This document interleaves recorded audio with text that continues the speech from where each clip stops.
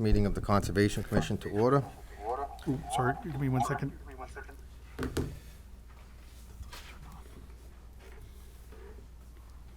Go ahead. First item on the agenda Go ahead. is to review and approve minutes, and we do not have any. Next item is to sign some bills. There's none right now. We have no bills. On to meetings and hearings. The first item on the agenda is a joint meeting with the planning board. I'll recognize the chair of the planning board, call their meeting to order. Then we'll proceed through this item. At the conclusion, the planning board will adjourn their meeting and the Conservation Commission meeting will resume with the remainder of tonight's agenda. Mr. DiPaolo? Thank Okay. you all for being here as well. Thank you. This is a kind of a novel arrangement. We haven't done this before. So call the meeting of the planning board to order. Okay. Thank you, members of the Planning Board and of the Conservation Commission, for meeting tonight. I know you have a heavy agenda, so I'm going to move pretty quickly. The ask tonight is to have both the board and the commission vote on the draft housing production plan. I know that document was submitted to the Concom members and the Planning Board members, as well as, it's a pretty hefty document, and so we did include a memorandum that kind of boils down the key findings. But in short terms, the main priority of the housing production plan is it's a regulatory step that allows the community to pursue safe harbor provisions. That doesn't preclude the other benefits of having a housing production plan. The housing production plan outlines a 5-year vision for the community in terms of housing.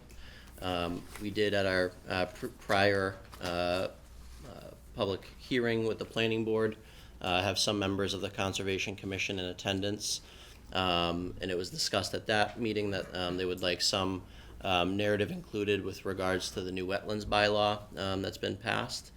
So we did include a paragraph to that noting in the section that's called regulatory constraints. Diving into that narrative a little briefly, what we tried to shape is that certainly there's conflicting interests sometimes with housing and conservation or ecological interests. And so the paragraph that we included notes the wetlands bylaw under the regulatory constraints, and it talks about, it encourages the community to seek ways where housing legislation or housing initiatives in the community, along with conservation or ecologically minded initiatives, can find cooperative measures where it's allowing for increased buffering, to allow for increased height in buildings, and really striking that balance between these often competing interests in a more collaborative manner. So we did include that language as we received that feedback. But again, this document provides the community that vision in terms of housing goals for the next 5 years. It includes regional data as well as local data. We did do a community survey and received 282 responses to that survey from the public. I believe the previous all-time high in our office was 80 responses, so that's a significant increase in response rate to that survey. We also conducted a number of additional public outreach. Some of the documents are included. We had a question board where people could write on the board, as well as some other engagement opportunities, tabling at the farmers market. So we received a lot of input from the community, and at this point we're seeking to essentially receive a vote from both the Conservation Commission and the board. This will then be sent to the select board for their review, anticipated at their September 24th meeting. After that, it would be sent to the state for their review and approval, and hopeful certification with the unit production that we have had recently. So with that, I'm happy to answer any questions. And You have any questions? One question. Mr. McGoldrick, to be able to get, to use the safe harbor provisions in 40B, we have to have an approved housing production plan, correct? Correct. So there's a couple pieces to the puzzle for safe harbor to be achieved by a community. The first piece is the housing production plan to be approved by EOHLC, formerly Department of Housing and Community Development, DHCD. Once that's approved, you submit requests for new units indicating production of units in a calendar year, and if those meet those thresholds, either 0.5% or 0.05% or 0.1% of your year-round housing stock, you can get it either 1 year or 2 year provisions. What that does, that production coupled with the approved housing production plan gets submitted to EOHLC and they certify the housing production plan. So a little bit complicated language, but essentially the Gold Star housing production plan is a certified one and gives you the safe harbor provisions.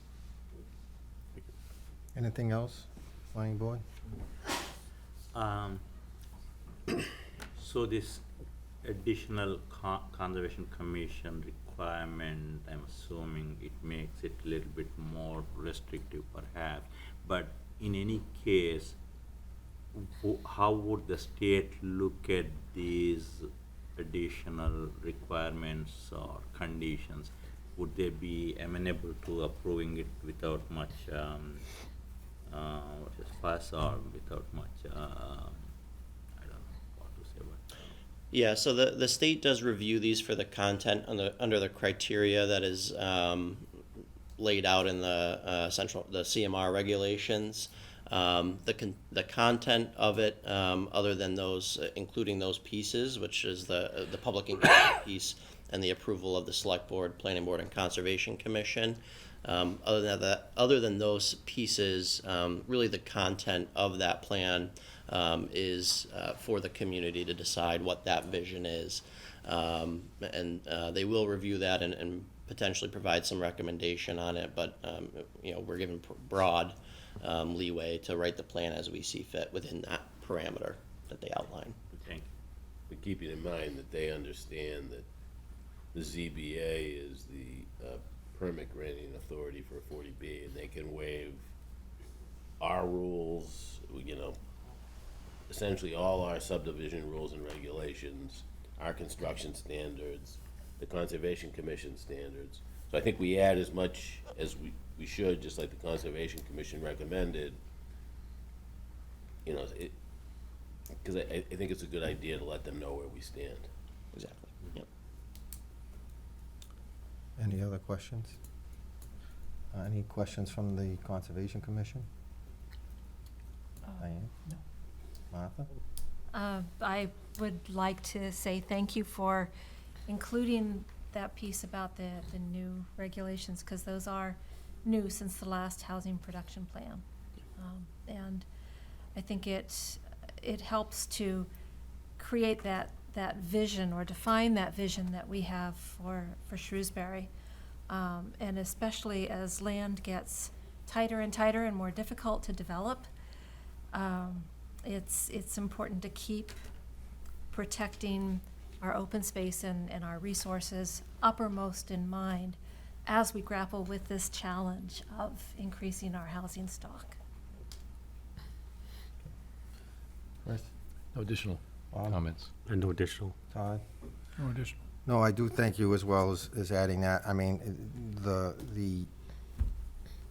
most of the projects we see are pressing the limits against the wetlands, right up against them. So anything that we can do to help protect that and maximize the open space, along with the housing that's needed, is greatly appreciated on our end. So with that being said, does anybody in the audience have any questions? Okay. So I guess we make a motion. I guess the Conservation Commission will make a motion. Mr. Chairman, I move that we approve the housing production plan as drafted. Is there a second? Second. All those in favor? Aye. Aye. The chairman? Okay, planning board members, do you have any other questions or comments? If not, could I have a motion to approve the housing production plan as drafted? So moved. Second. Second? Any further discussion? There being none, all those in favor signify by saying aye. Aye. Opposed? So voted. Thank you. I move that we conclude this evening, our participation in this evening's joint meeting. You want to do it right now? We haven't even gotten the seats warm yet, Steve. Okay, then, planning board members, I believe our work is completed for tonight, so I would entertain a motion to adjourn the planning board public meeting. Second. Okay. All those in favor? Aye. Aye. Well, thank you We're gonna- for having us. We're going to take a 5-minute Sorry we couldn't recess. stay longer.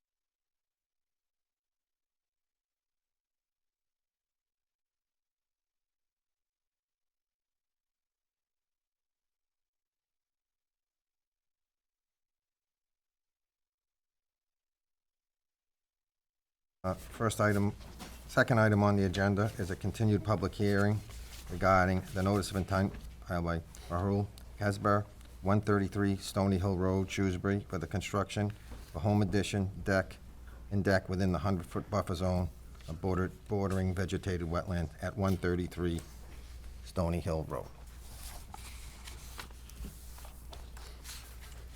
Hi, everyone. Hi. This is Andrew Tebow with Goddard Consulting, the wetland scientist and representative for the project. The commission may remember, we attended the last meeting to present the single-family home addition at 133 Stony Hill Road. It's proposed to be an 839 square foot addition off the rear of the existing house with a 192 square foot deck off the addition. At that time, we had presented that about 470 square feet of that backyard space where the addition was going in was already patio space, and we had presented that there would be about a 379 square foot increase in impervious surface with the project with the current design. At the last meeting, we had our DEP file number, but there was a few questions from the commission that we were still working through at that time. They were centered around if stormwater management could be added to the project, and then a few questions regarding the architectural design. Since the last meeting, what we had done was we brought a civil engineer onto the project to take a look at this from a stormwater management lens and to see what could be added from a stormwater perspective, as well as we had submitted a comment response letter just detailing the discussion we had at the last meeting and providing clarification on the remaining comments. As far as stormwater management goes, we brought on Michael Scott of LDC, an engineering firm, who took a look at this for us, and you would have received this at the beginning of this week. What our engineer had done is added a Coltech system at the highest point on the property here, where the roof gutters will now tie into. So although this project was exempt from the stormwater management standards at the state level, what we did is we had our engineer use what's typically the town DPW requirements of 1 inch per impervious surface runoff to be directed into this Coltech chamber. The even better news here is our engineer used the 839 square foot addition as his calculation, so he used an 839 square foot impervious surface increase to size the Coltech chamber, but we were actually only increasing this by about 379. So what we had done is we are now tying in the roof gutters into this Coltech system to provide stormwater management for the project. And then at the last meeting, the other questions we were discussing were just a few things on the architectural design. We needed to confirm that the deck itself was not going to be an impervious surface to make sure we had our calculations right, and to make sure that the addition itself was simply underlain by concrete. And so what we did is we provided you guys the architectural plans as well, which confirmed that the addition is going to be a concrete slab, and the deck is elevated over the existing lawn on sonotubes. It's going to remain pervious underneath it. And so at this point now, we've provided all of our materials for architectural, and we added the Coltech systems to the plan for stormwater management. If you guys have any questions, though, I'm still happy to answer them, of course. Diane, Actually, I don't have any questions. Thank you. Even better. Martha, I'm all set. Just one quick clarification. You're tying in the gutters from the existing portion of the house in addition to the addition? Yeah, both. So our engineer called in the gutters Yep. that you see here from the existing house to tie in, as well as off the addition here. Okay, perfect. No questions. Bobby, I just want to thank you for bringing that in, putting that Caltech system in. That's going to help. Thank you. Absolutely, I agree as well. I think it's great for the project. that's it? Yep. Todd? I'm all set. Anybody in the audience have any questions? Okay, I'm all set, so I guess we can close this hearing. Works for us. Thank you, guys. Thank you. Thank you. Next item on the agenda is a continued public hearing regarding the notice of intent filed by Philip Lemerle, 5 Country Way, Shrewsbury, for the construction of a garage, pool deck, and shed at 5 Country Way. Hi. I sent this via email last week, but I printed out 11 by 17 copies for each of the board members.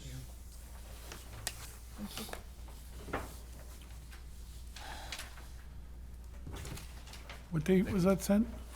I sent it, I want to say Thursday, Friday. I sent it to Aaliyah, and I got her auto response, and then I sent it to the gentleman who was listed in. That would have been me. Okay. Gotcha.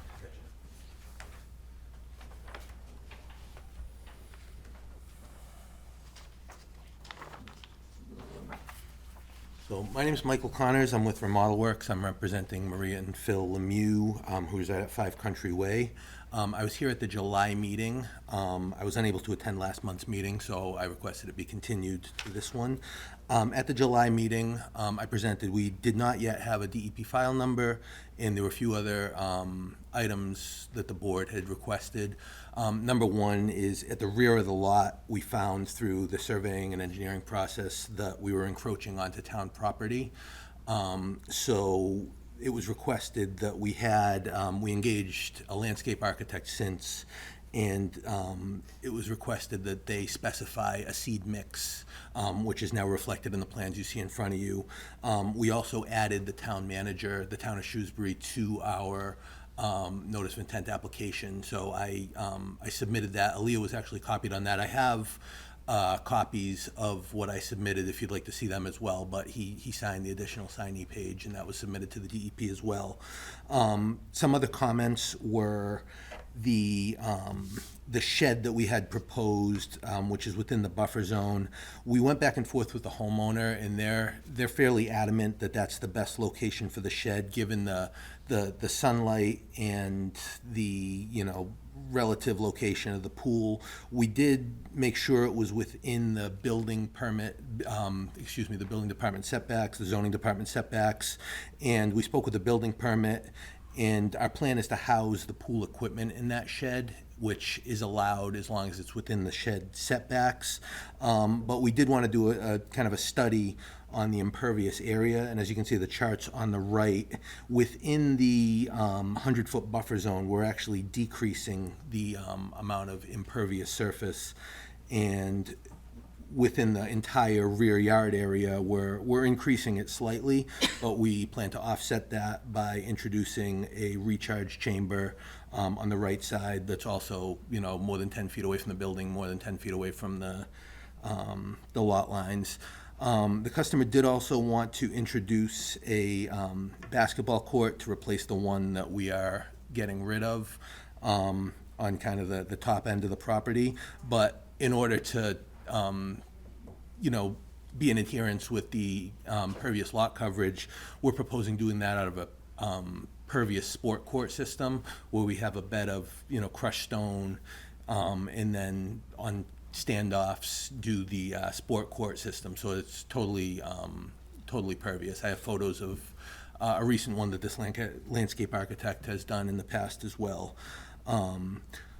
The other part of the project is, the other question that was raised is whether we could do pervious pavers around the pool area. We spoke with both the landscape architect and a couple of pool construction companies, and they both highly recommend against that. The thought being, if water is allowed to be to seep down directly around the pool, that could pose significant risks to the actual pool structure, and it was strongly advised against that. What we are doing, though, is if you can see right at the end of the patio, we're proposing a trench drain that's going to be tied into that recharge chamber, along with all of the gutters on the rear of the house as well. And then the proposed garage addition, you can see just that top left corner of the building plans is getting clipped by the 100-foot buffer zone. So that's why that is listed as well as part of the conservation request. That's, I think that addresses the questions that were posed by the board last time. I'm happy to answer any additional questions you may have at this time. Diane? I'm not ready with questions right now. Martha? I thank you for providing a planting plan.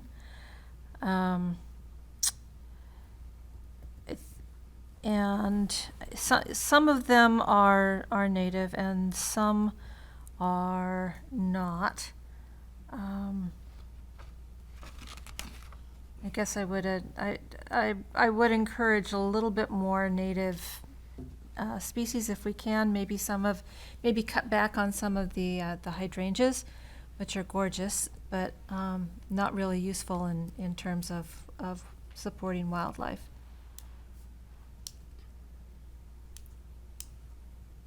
And the drainage around the pool will be angled so that it drains into the proposed trench drain? On that side of the pool, it will. The objective is to slope it very slightly away from the pool in all four directions. So on the other three sides, it'll slope towards pervious areas, but we didn't want to create a situation where there was water trapped between the elevated patio surface and the pool deck. Sure. Okay, I'm all set, thank you. Thank you. Chris? The walls that you're removing, do we have detail on the erosion control that you're using around the walls that you're demoing? We do not have a detail of the erosion control. Our plan was, it's a small enough site, we would just set the silt fence with entrenched wattle around the perimeter of the site before Okay. we started. What kind of equipment are you going to need to remove the wall? Is it heavy equipment or? No, it's the wall's like less than a foot tall. It's like the single Versalock style paver. Okay. So you can manually, physically. Correct. pick up Yeah, each one. exactly. Okay. Yep. Okay. Yeah, no heavy equipment will be needed to do any of the removal for that.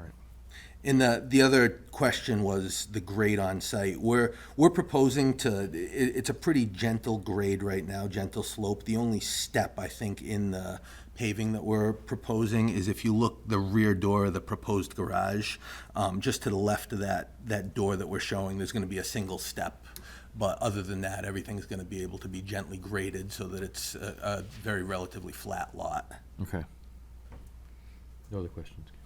To just go back to what Chris was asking about the erosion control barrier, so since it's not shown on this plan, can we kind of define it by saying that you'll install it from the 100-foot buffer zone delineation around the back edge, back up to the 100-foot buffer zone Absolutely. on the other side? Yes, sir. We'll put that in as a condition. Please, Yep. yep, that's very fair. Bobby, No questions, thank you.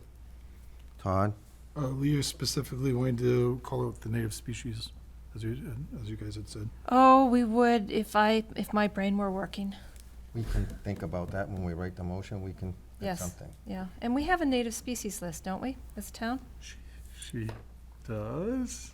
It does. I'd have to, I can see if I can find it. We Okay. could condition it upon, Let's referring condition it. to We can work on that after we close and Aaliyah, if I may, Aaliyah's comment last time was specifically about the native species in the plantings in the area where we encroached upon. And I've been told by the landscape architect that that specific seed mix is a known native species mix. okay. yeah. And not dismissing your point of the native species elsewhere, and if that could be listed as a condition, I'm happy to work with the landscape architect to do a better job of making sure that the majority of the species planted are native elsewhere on the site. Great, thank you. Thank you. Okay, anybody in the audience have any questions? Okay, and Diane? You're all I set? have no questions. Okay, there being no more questions, we'll close the hearing. Great, thank you very much. Would you like me to take those printouts back, or do you want to keep those? I'm keeping mine at least. Yeah, I'm keeping mine. We'll keep it so when we I have do the order. full-size copies if anybody would like one as well. Thank you. And if you could just leave one in the end, I'd Yes, appreciate sir.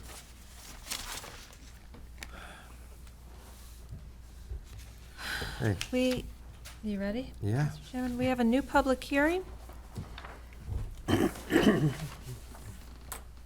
Notice is hereby given in accordance with the provisions of General Laws, Chapter 131, Section 40, and the Town of Shrewsbury Wetlands Bylaw and Regulations, that Mark Roberge, 26 Kingston Street, Shrewsbury, has filed a notice of intent for the construction of a paved driveway, garage, and associated site work within the 100-foot buffer zone at 26 Kingston Street.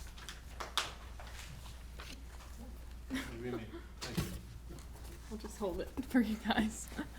I'm Kate O'Donnell from Ecotech, wetland scientist. I'm here with the property owner, Mark Roberge. The property is an existing residential property with a existing single-family house. It's about a half acre in size. As you said, the applicant's proposing a driveway, paved driveway, garage, and carport.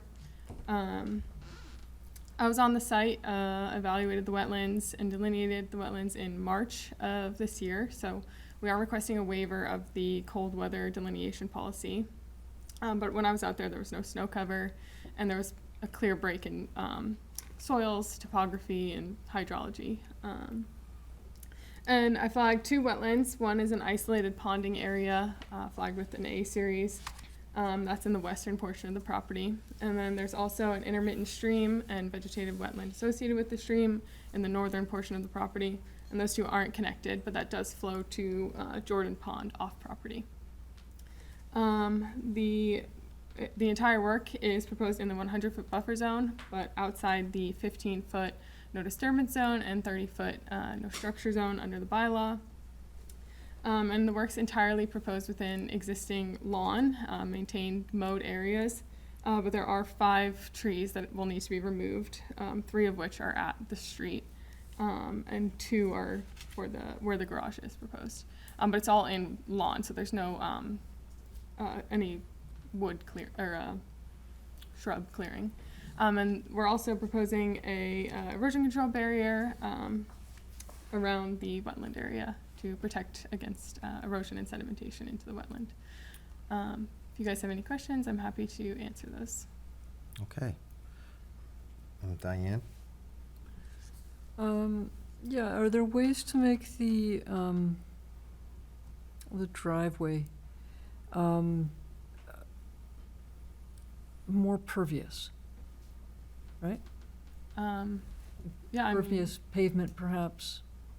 I mean, potentially, we could make it gravel as well. I don't know what the applicant is open to. I'm absolutely on board with that. I'd like to see it pervious, perhaps hot top pavement, that'd work for me. I'm okay with that. Okay, very We good. could make that a condition potentially. Thank you. That's it. Martha?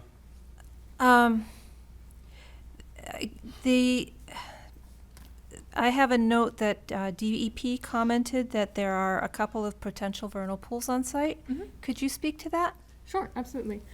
So potential vernal pools are mapped based on aerial imagery. Back in 2001, I think DEP just surveyed and reviewed the aerial imagery and pointed out areas where there was pockets of ponding, and that's what's mapped as the potential vernal pool. So it doesn't necessarily mean that it's a vernal pool when it's mapped as a potential vernal pool. It's just an isolated ponding area.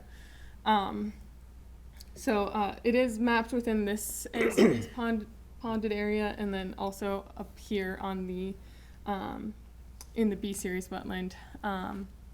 But we are outside the 30-foot buffer zone under the bylaw, and again, we're entirely within lawn maintained areas, which aren't considered wildlife habitat anyway.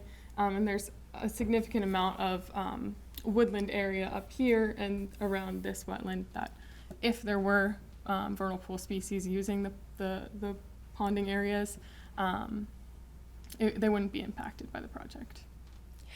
May I address the applicant directly? Yes, please. Great. So I imagine you've lived on that property for a while? 45 years. 40, that's what I would have assumed. And do you see frogs or salamanders using that ponded area at all?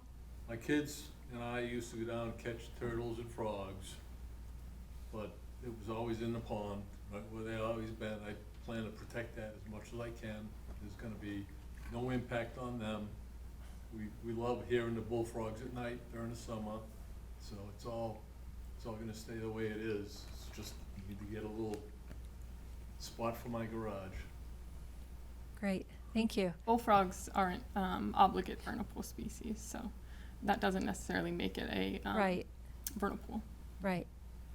Wood frogs are. Yes. And I guess I understand the process for identifying potential vernal pools, and I also understand that many potential vernal pools aren't actually vernal pools. They don't function biologically. I just wanted to check as to whether these were actually active, and I'm sure that you will proceed with the utmost care in your project to protect the animals that use it. Thank you. Okay, I'm set. Chris? It's a little early, but do we know the construction of the garage? Is it block? Is it poured foundation? Mark, you know? The structure itself, I plan to put in a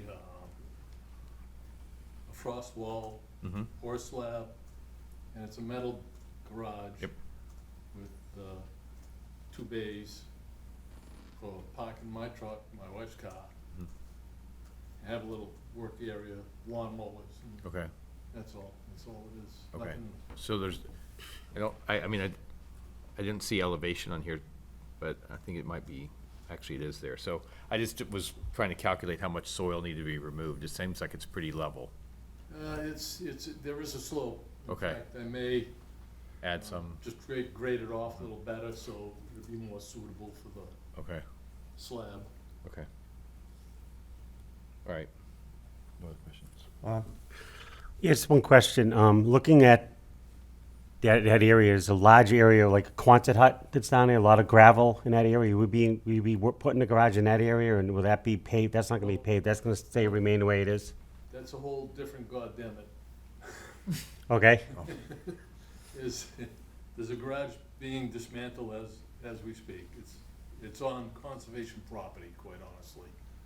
That's gonna go away, and as soon as it is, there'll be notification to the Conservation Commission. Once that's gone, I'm gonna move on and put a garage on the other side of my house on a property that's more suitable for it. okay. Is that the area that's marked as proposed stockpile area now? Is that Yes, basically where that is? yes, Okay. yes. Good to hear. Well, actually, Yeah, I it's, was- yeah. I think it's on the property line, so it's more like on the other just side of the beyond house. my property. Yeah. 45 years ago, I thought that was my property, so, anyway, that's a Okay. whole different. You all set, Bob? Yep. Thank you. One comment with the erosion control, if you could pull it back to where the 30-foot Okay, no disturb to that point. Does that make sense? it might be a little tight to get machines around there. Just saying, it's kind of supposed to stay out of that area, so I was, Well, it's outside the 15-foot no disturbance, but inside the 30-foot no well, disturbance. move it as close to that 30-foot Move it closer. Okay, as you can. Yeah. It I'll just talk about prevents things from migrating a agreed. little bit. That's all. Okay, does anybody in the audience have any questions? Todd? Leah had a comment about the boxes around the restoration plant, restoration planters. What do those boxes indicate? Sorry, boxes around restoration plantings? I don't Yeah. think we mentioned any restoration plantings.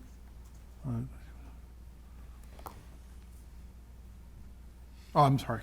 That's the next one, I think. I think. Yeah, the next one. Okay.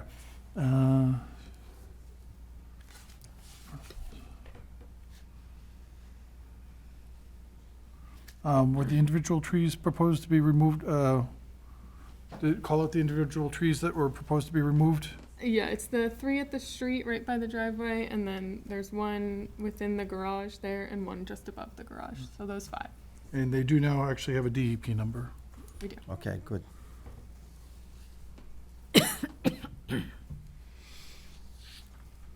Is that it? Yep. Okay, anybody else have any questions? Okay, I guess we're all set. We can close the hearing. Great. Thank you, guys. Thank you. Thank you. We'll condition it with the paving and whatnot, and, Paving and the erosion control Yep. closer. okay? Okay, thank you.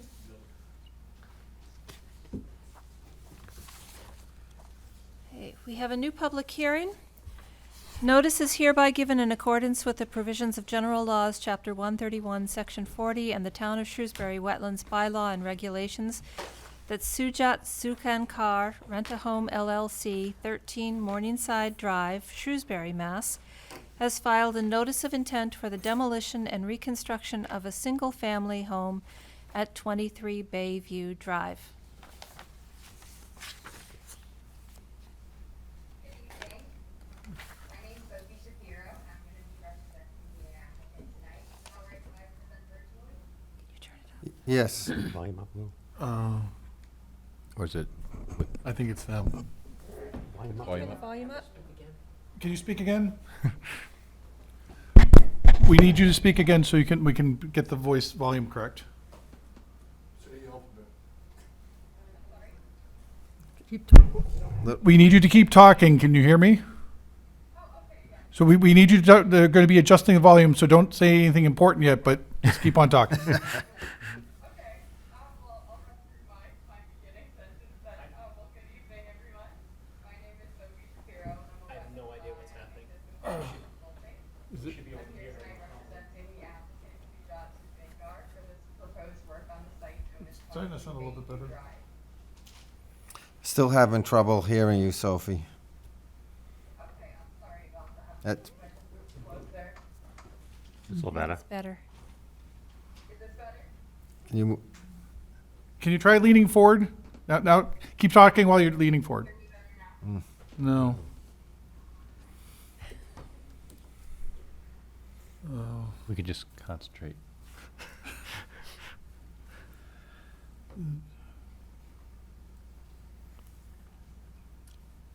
They're working on something over there. Hear me when I talk at this volume? Feel free to talk louder. Okay, thank you. That's Good, good. there you I go. like that. We got There you. we go. Great, thank you. Well, good evening, everyone. My name is Sophie Shapiro, and I'm a wetland scientist with Goddard Consulting. I'm here tonight representing the applicant, Sujat Sukhbankar, for the proposed work on the site known as 23 Bayview Drive. DEP has not yet issued a file number or any technical comments for this project. I will be presenting the project to the commission. May I share my screen? Yes, and that, I think they.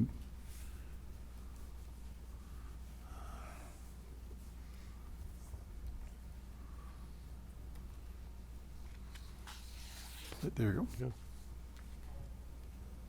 All right. So these site plans show the existing and proposed conditions on site. Jurisdictional areas on site include the bank of Lake Quinsigamond and the associated 15-foot no disturb zone and 30-foot no build zone and the 100-foot buffer zone to bank. The site is characterized by an existing single-family house with an associated driveway, patio, and shed. And the back of the site slopes down to the lake and is characterized by stairs and walkways and several retaining walls that aid in stabilizing the slope. The scope of the proposed project includes demolishing the existing single-family house, just shown here in the hatched area, and rebuilding a new single-family house within the footprint of the existing house. The project will also include repairing the existing asphalt driveway, reconstructing some of the walkways and the back patio, and constructing a deck over the patio behind the proposed single-family house. The existing concrete patio is proposed to be removed and replaced with semi-permeable pavers. This patio will reach both the eastern and western property boundaries before wrapping around the western side of the house and connecting to the existing driveway. The walkway on the eastern side of the house shall be converted to lawn. There is no proposed work within the 15-foot no disturb zone, and the only work proposed in the 30-foot no build zone consists of a native planting and seeding plan. So I will share that plan as well.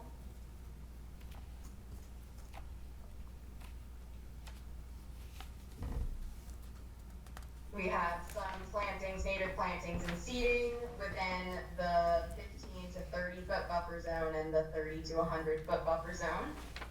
And an erosion control barrier in the form of staked straw wattles shall be installed up gradient of the bank and will wrap around either side of the lot. In summary, the applicant is seeking an order of conditions for the proposed work, and I'm happy to answer any questions you may have at this time. Thank you. Okay. Diane? Sure, so I just wanted to know, why are the concrete patio that's gonna be replaced, it's gonna be replaced with semi-permeable pavers. Why are they semi-permeable? I don't understand enough about that. Can you explain it? Yeah, I think we were just referring to the fact that the pavers are going to be a little bit spaced out, and so it's not going to be impervious the way that the current patio is, because it's concrete that's fairly nestled together. And so the new format of the patio, we're gonna try to bolster the integrity of the slope and allow for some groundwater penetration down there below the house. So I think when pervious pavers are put in, often they're put in such a way that I mean, they're put in specific ways and they're specific pavers. Are these just normal pavers that are spaced out? I'm not entirely sure what the applicant was hoping for. I believe the applicant also has a representative in person at the hearing. I don't know if he can clarify more. Sure. So. Can you come up to the lectern and say your name and, Absolutely. please? My name's Amit Mathur. I'm here with the homeowner Sujat Sukhbankar, and his intention was to have a replication as close as possible. But, you know, if the board would like it replicated exactly, that's well within the scope of What would be replicated? the pavers that you're concerned. As far as the spacing goes, Oh, okay. So the diagram should be an exact replication of where the pavers would be, is that what you're saying? yes. So are these considered pervious pavers? Yes. They are? Yeah. Okay, that's pretty The- much the- what I was right. asking. Okay, all right, thank you. You're welcome.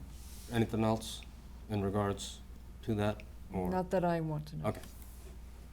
So the goal is to keep those pavers as pervious as possible.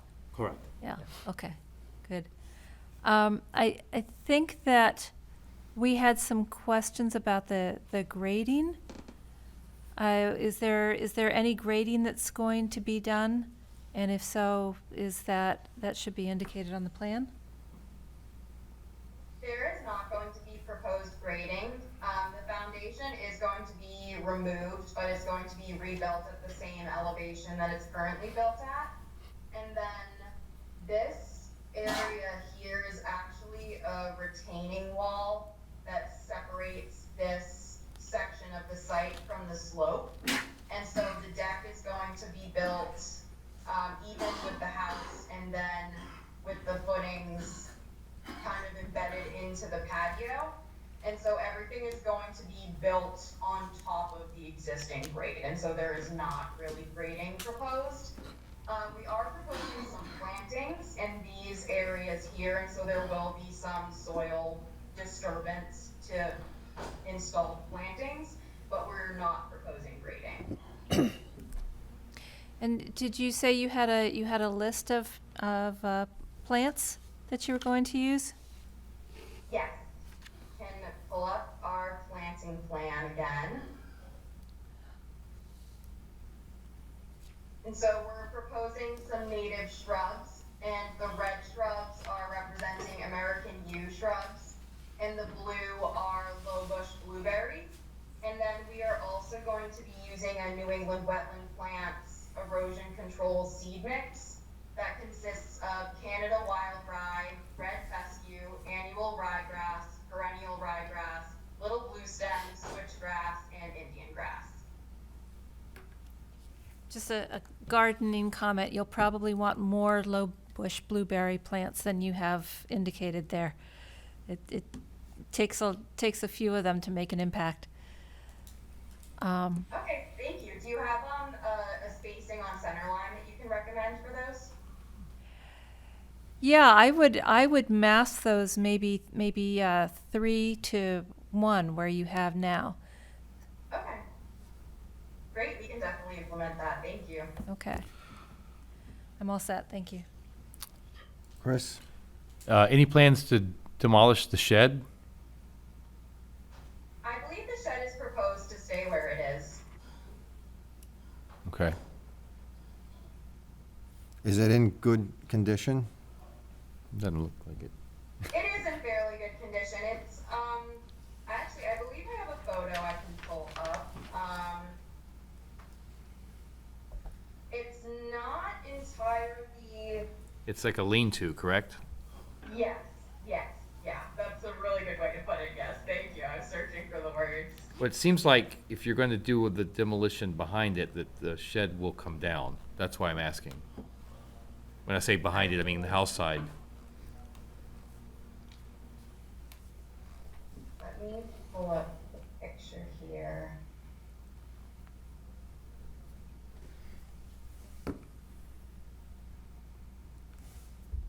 So this is the shed here, and these retaining walls are going to stay as is. These aren't going to be rebuilt because they are in pretty good shape.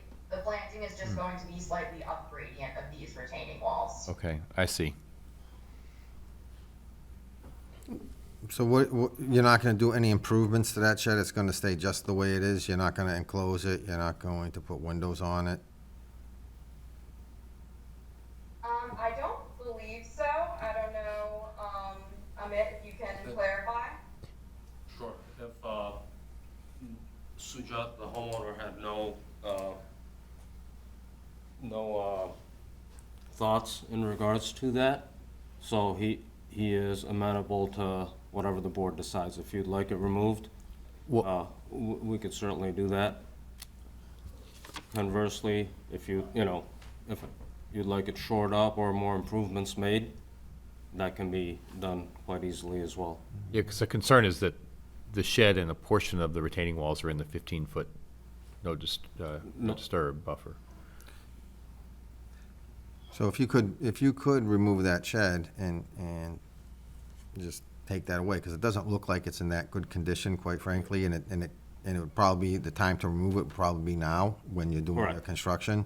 So, I know you have to come back to us next month, because you don't have a number, a DEP number, Right. so if you could show the shed being removed. Absolutely. And if you could show those additional plantings of blueberries, as Martha indicated. Yeah, with a 3-to-1 ratio. Yeah. And erosion control will have to be moved, I think, if we have the detail on that. I think we have it. Yeah, we have it. So you'll have to see where the new erosion control is going to go. Where is it shown now on the erosion control? Is it towards the bottom of the slope, towards? It's the dotted line, so it's actually the shed is within the erosion control. That would work.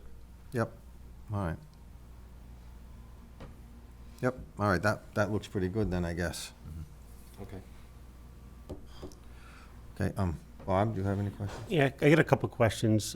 One being, this, because I walked actually through the property, these stairs and walkway down to the water is in very poor condition. It's not, are you gonna do anything with that?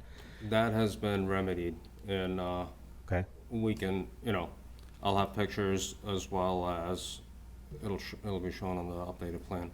okay, and what are your plans? You tear the house down to prevent things from going into the water, blowing in the water, during the destruction of the building? So, the subcontractor we're gonna be using for the demo, will have that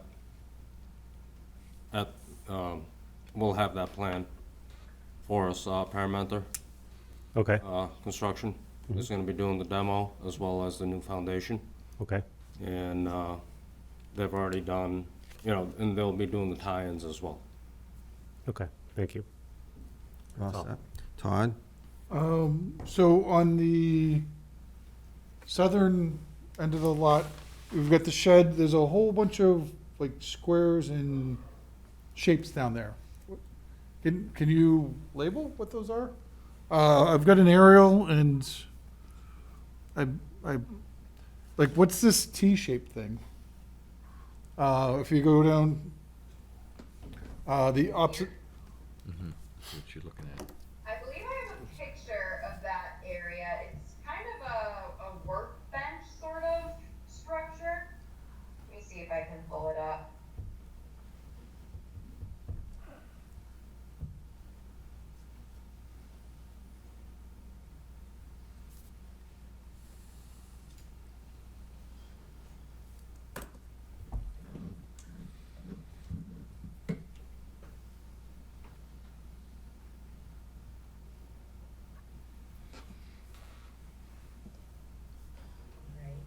I think I found a picture that shows it.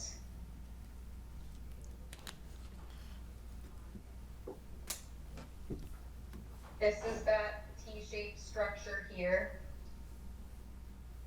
And so this top part is a retaining wall, and then this is just kind of an elevated platform.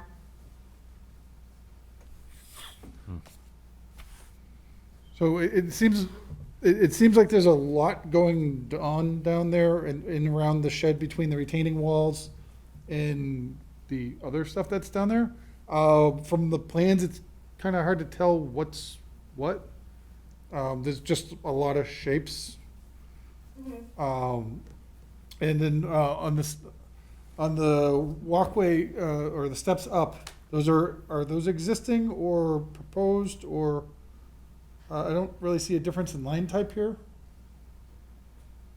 Yes, so let me pull the plan back up.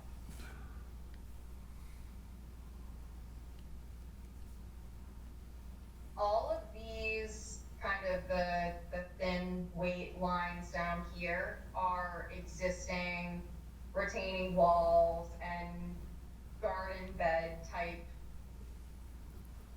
pieces. And there's a staircase over here that leads down to the patio, but all of that is existing, and we can absolutely label that on the plan. The only proposed conditions shown on the plan are the house and the deck. Everything else is outlined in the narrative currently. Okay, so traditionally, you do a different line weight for proposed versus existing to help things, basically help it, make it easier to see. We can definitely make that revision. And part of the demolition during, when the house comes down, and the foundation, all of that is being redone and taken out, the existing. You said you'd walk the property? Yes. So that path and the small landing that leads to the deck, all of that will be taken out and redone. Okay. Especially that landing and Yeah. the 3 steps up, it's, So Sophie, when you come back, you can give us a plan, and you have the existing conditions, and you can just have another plan that shows proposed, so it's, so everybody can see exactly what we're doing. Absolutely. I can request those revisions from our engineer. Could you also send over a list of, do you guys prefer having them send over a list of the planting mix, what it's gonna be? Or do you want to condition it as something that falls within what you, I think we should condition it. I mean, I believe she showed us a planting plan, and did you Sophie, did you have that mix on that planting plan? I have the name of the mix, but I didn't have the individual species listed, but I can absolutely include that information as well. Is, if you include the planting, the Yeah, 'cause- planting mix, Leah's concerned about, the mix that they had picked might, grow quickly but burn out, basically. So we might want to advise a different mix. Okay. Sophie, maybe have your landscaper look at a different type of mix that might do a little bit better in that area. Or you can reach out to us and we'll, Okay. if that's okay Fine. with the board. It's fine. Great, thank you very much. Okay, so did I hear during the presentation correctly that there's a grass lawn going to be on the, was it the eastern side of the proposed, or I guess where, The grass lawn, you said? yeah, is there any grass lawn areas proposed anywhere on the eastern side? Okay. Yes, and that's currently a brick type walkway. Yeah, that'll make a lot more sense with the existing versus proposed. Yeah. Definitely, yeah, we can add that. Okay. That's everything from Malia. You're good? Yep. Okay, anybody in the audience have any questions regarding this? Anybody else on the board? All right, so thank you. you'll have to ask for a continuance, Yes. and we'll continue it to our October 15th meeting. And we'll have the updated plans, and the DEP. Yeah, hopefully you can get those plans in a little bit earlier so Yeah. that we can engineering can have a chance to review them. Okay, Sophie? All right, sounds good, and Thank- we would like to request a continuance to the October hearing. Thank you. Thank you. See you then. Thank you. Okay, moving right along. Okay. We have a new public hearing. Notice is hereby given in accordance with the provisions of General Laws, Chapter 131, Section 40, and the Town of Shrewsbury Wetlands Bylaw and Regulations that Dan Ford, 47 Lear Street, Shrewsbury, Mass., has filed a notice of intent for the construction of a garage and pool at 47 and 51 Lear Street. Is there anyone here representing this Lear Street project? Nobody's here? Okay.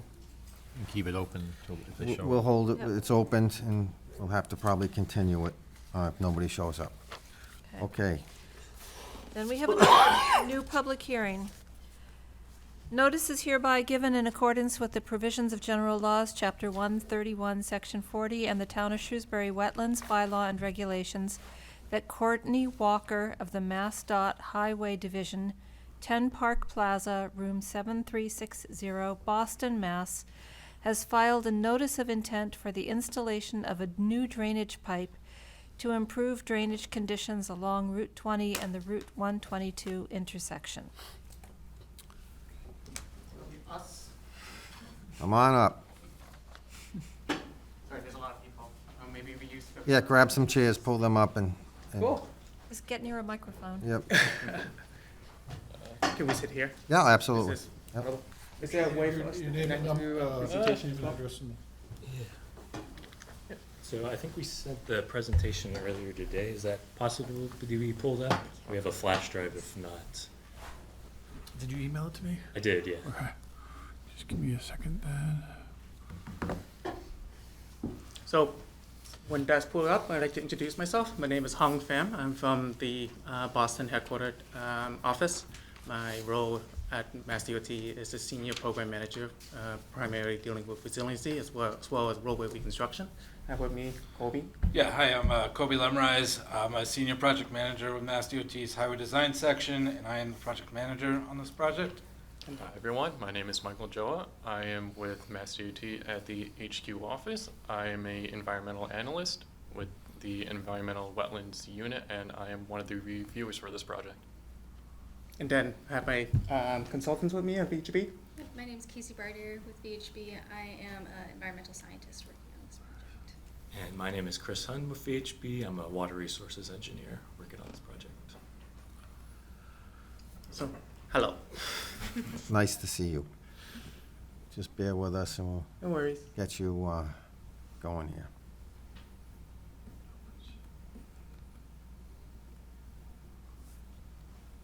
I have a flash drive if you can't find it. Is Oh, there this you go. guys? Yep. Yay.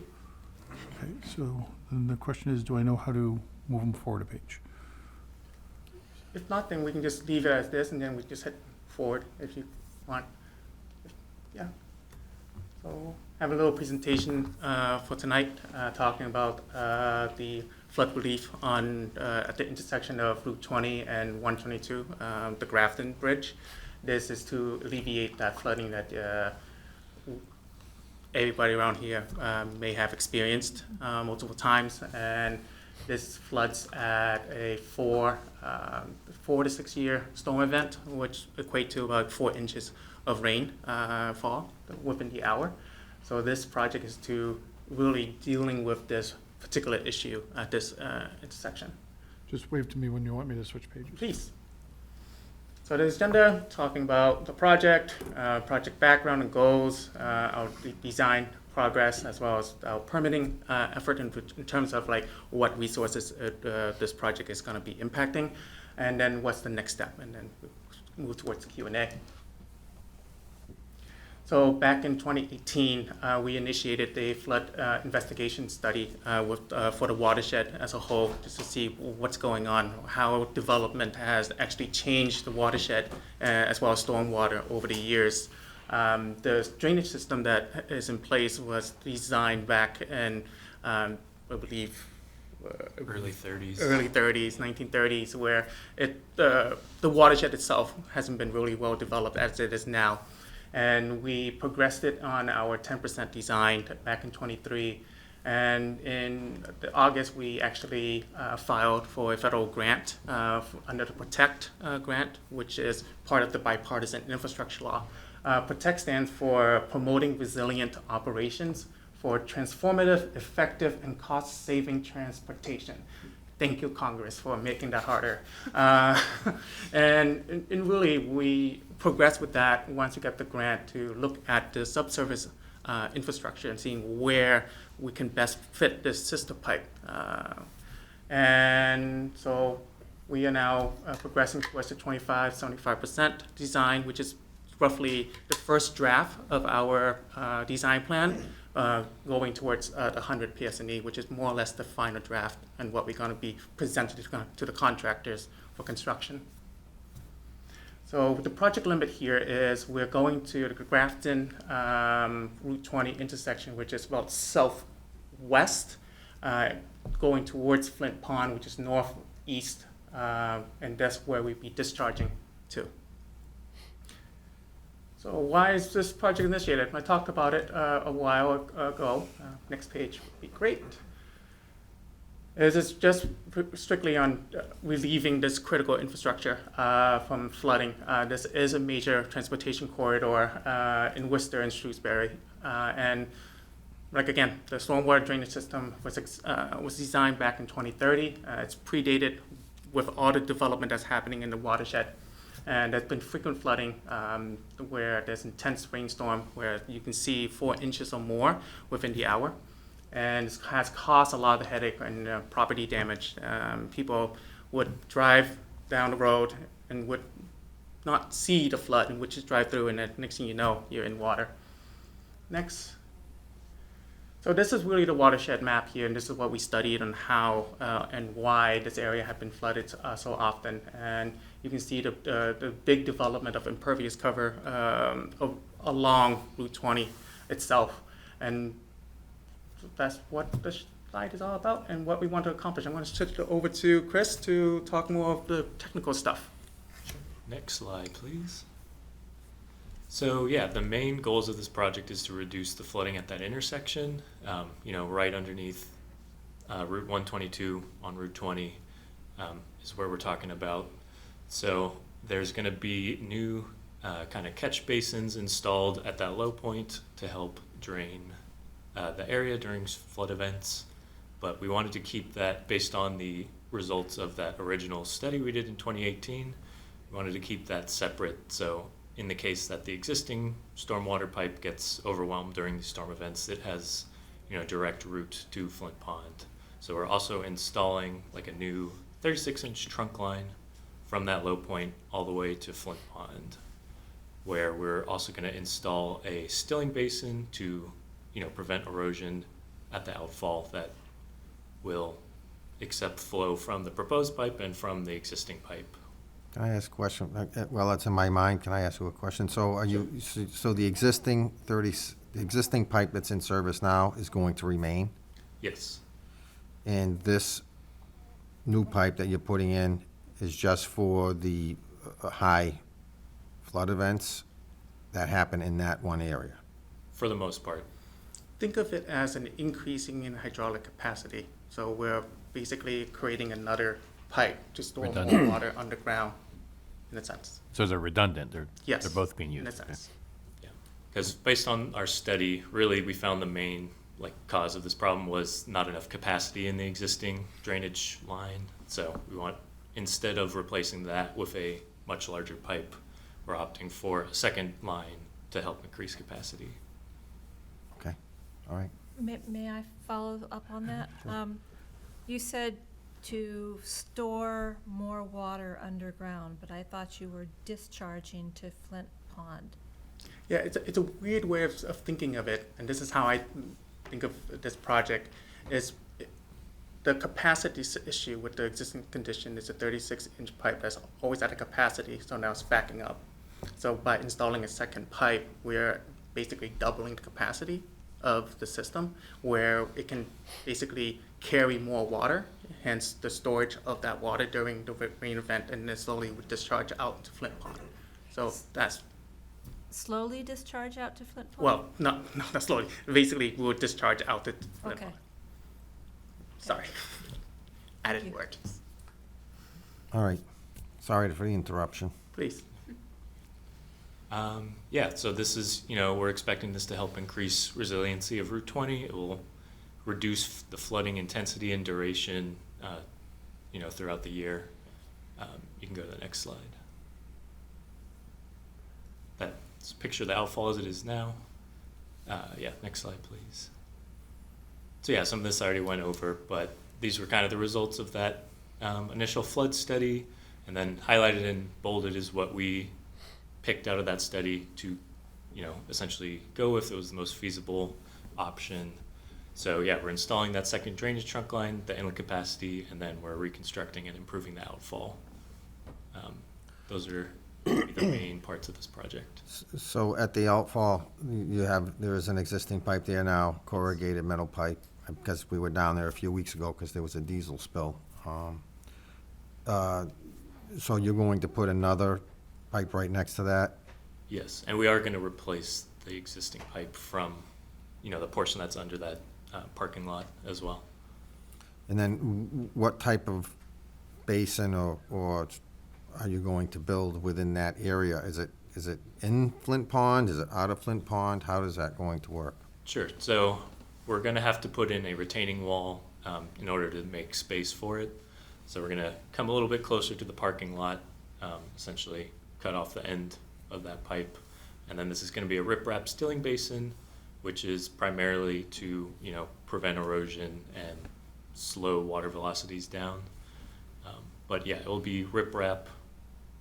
It's going to be the main thing, but it's going to be located right, on the side of the BLSF and vegetated wetland. And to add some more to that is like the elevation in which the retaining wall is going to be at will be above the mean high water mark of the Flint Pond, knowing that Flint Pond is a great pond, and being within or the pond itself would be in the jurisdiction of Chapter 91. So we are trying to preserve the pond as well as maintaining and improving upon the discharge by moving towards the parking lot more.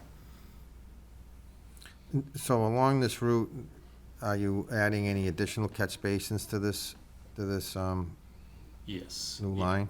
So we're adding 6 on each side, 6 on eastbound and 6 on the westbound direction of Route 20 at the low point, but then we're also adding, a couple catch basins up gradient in both directions.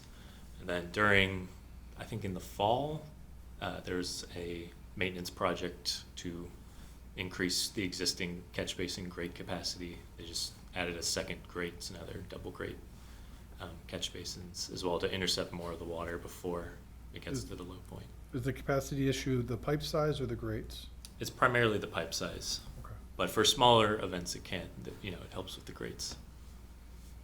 So, with the climate changing, we have heavier and heavier rain events sometimes.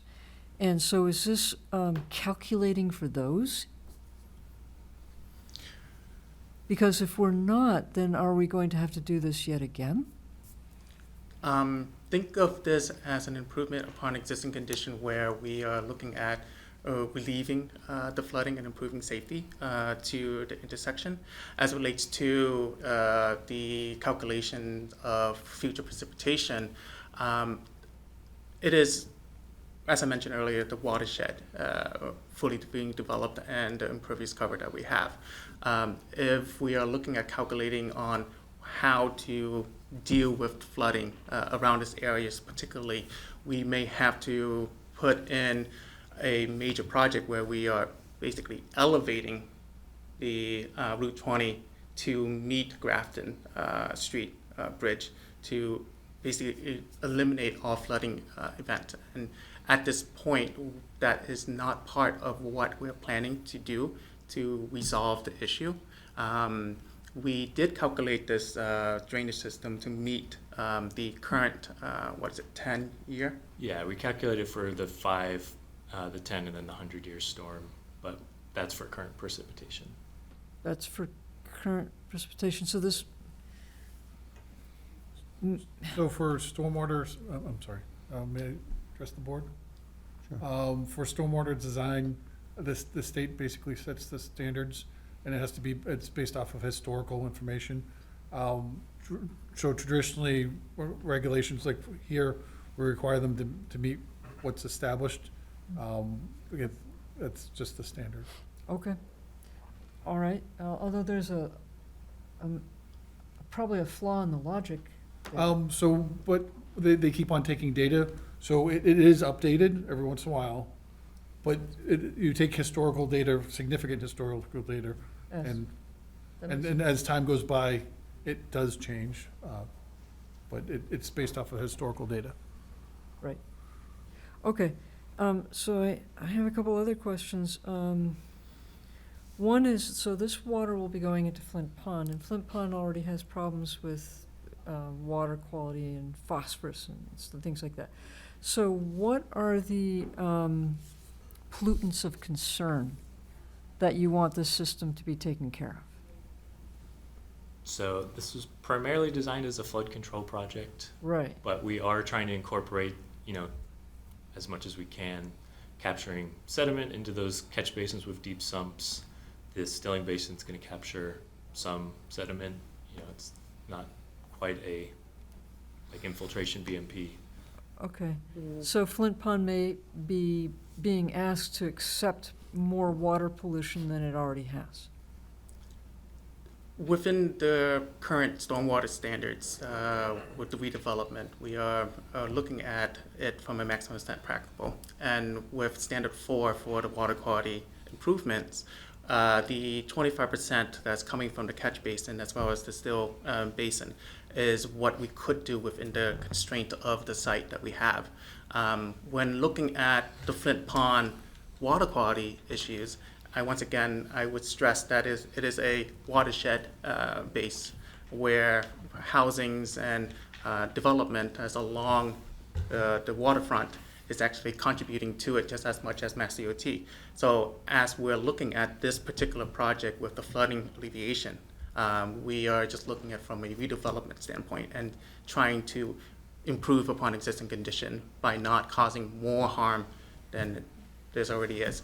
By pulling back the outfall and incorporating stilling basin to manage peak rate, that is the best we can do within this constraint of the project. I'd like to add that, I wouldn't think of it as we're sending more pollutants to Flint Pond. We're just changing the, time in which it takes to drain all of the pollutants that are, or, the water that's already there. It will just get there a little faster than it is currently. One thing, when the water's being discharged, the water up on Route 3, in your picture show how muddy that water was. That water's not going to have time to slow down before it gets to the lake. You're going to be putting double the amount of water in there at the same time, which in turns to carry more contamination into the water. Is there any plans to try to slow it down somewhere other than, I understand you want to get your water off your road, but you're putting a lot of contamination into that water. First question. Second question is, do you have any plans on taking the connections that are coming from other places going into that pipe that's originally there now and stopping that from coming into the lake? I think Hung can speak to the second question better than we can. I think that's more of a long-term.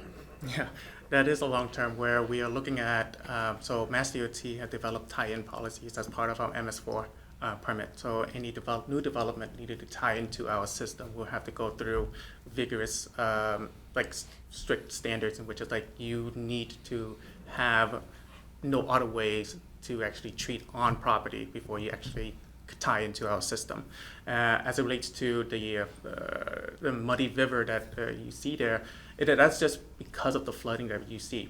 As the water level gets up to an embankment, it's taking on the sediment. What we're trying to do is minimize that sediment load from the site going to Flint Pond by draining off the water as much as we can so that no other sediment that within this site can actually discharge into Flint. And as far as your first question about slowing down the water, this pipe, if you've seen the plans, is pretty deep and requires a very flat slope. It's kind of like the minimum slope for pipes for this kind of design, but that's just the elevation difference between that low point and Flint Pond. So, that's going to already lower the velocities a fair amount compared to something that was just coming at a steeper slope. Because the velocity of that pipe when it's flowing at the rain event is not slowing at all. That entire pipe is full of water coming out of there. It's piling up all the sand and contaminations coming off Route 20 into that area and causing a rather large blockage of the channel over there. And I'm just thinking this is going to cause a lot more of that. The design is to look at using the stilling basin as the mean to capturing that flow and any suspended solid that's be coming out of our system into that stilling basin rather than directly discharging into the Flint Pond itself. So how will the deep sump basins be taken care of so that they don't get overwhelmed by sediment in there? We do have an O&M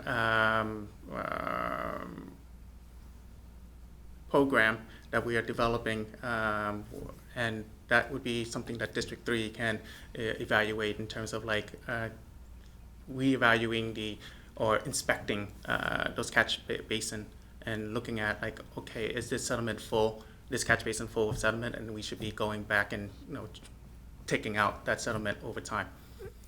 Vacuuming it out, or what do you do? Yeah, we clamshell and vacuum. Suck it right out? Yeah, usually we clamshell. Do you have any plans to install a vortechnic type unit or anything of that nature before it discharges into the pond?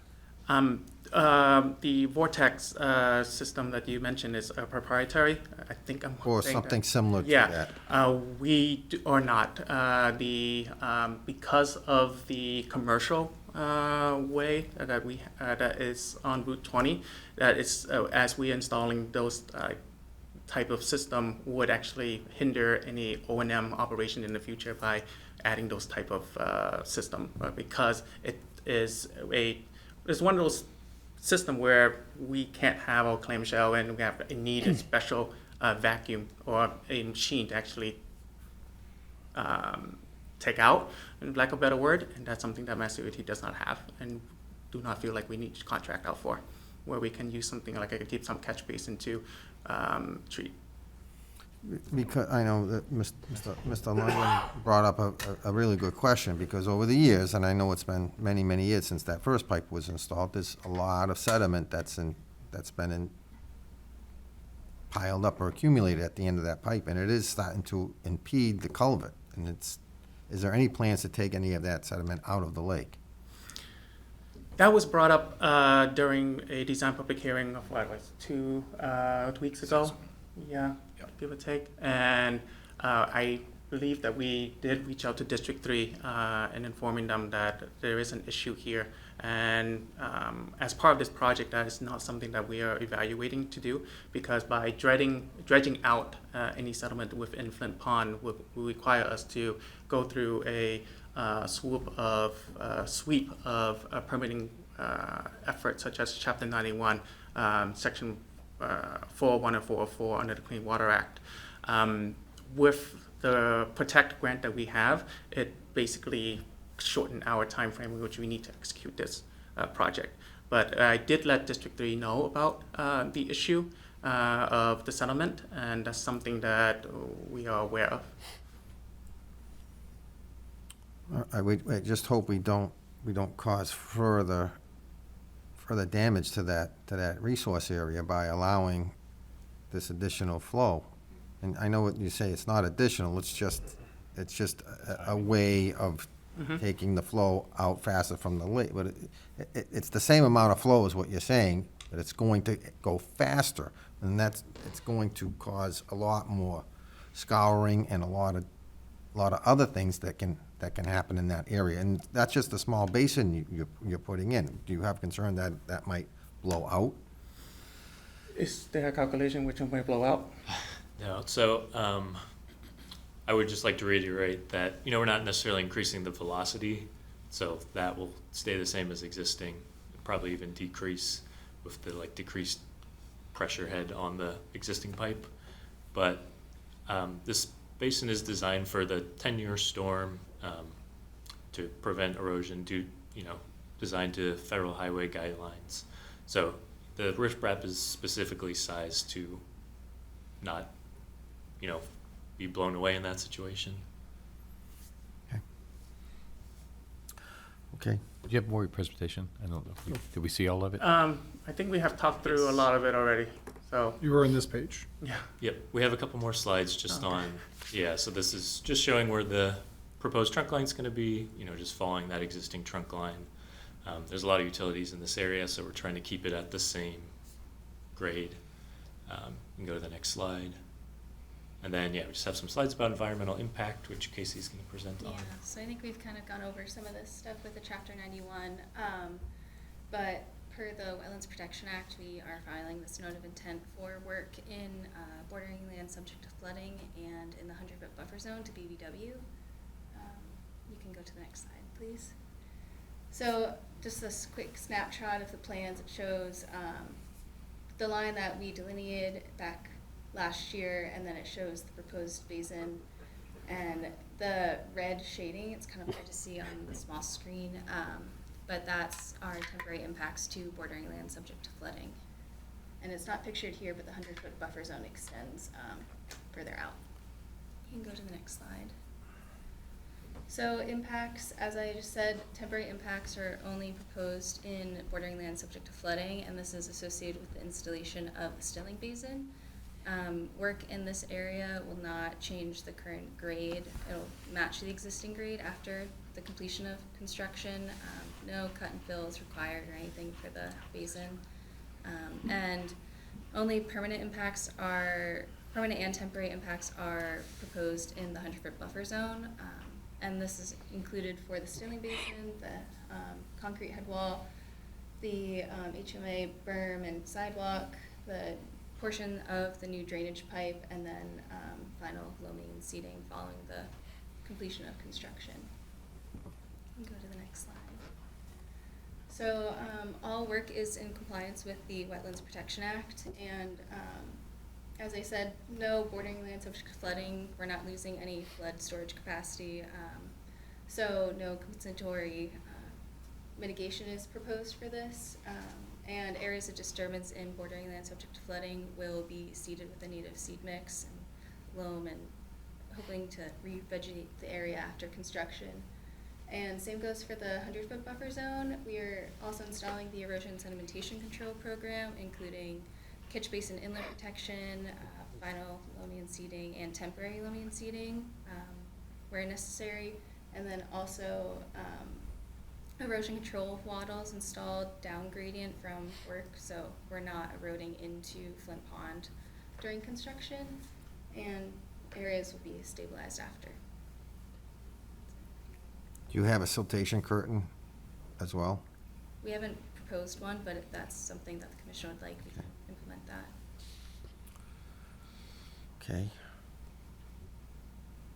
Okay, so, I'm sorry. Go right ahead.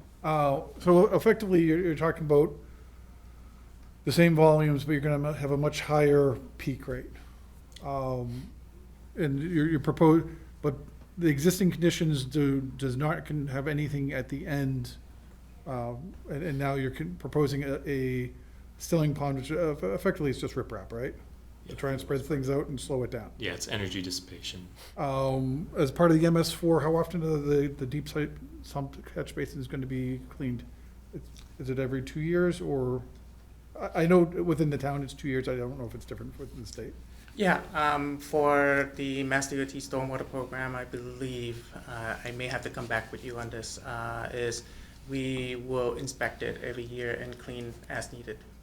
Is there any sort of cleaning program meant for this stilling pond? Yes, that would be part of that.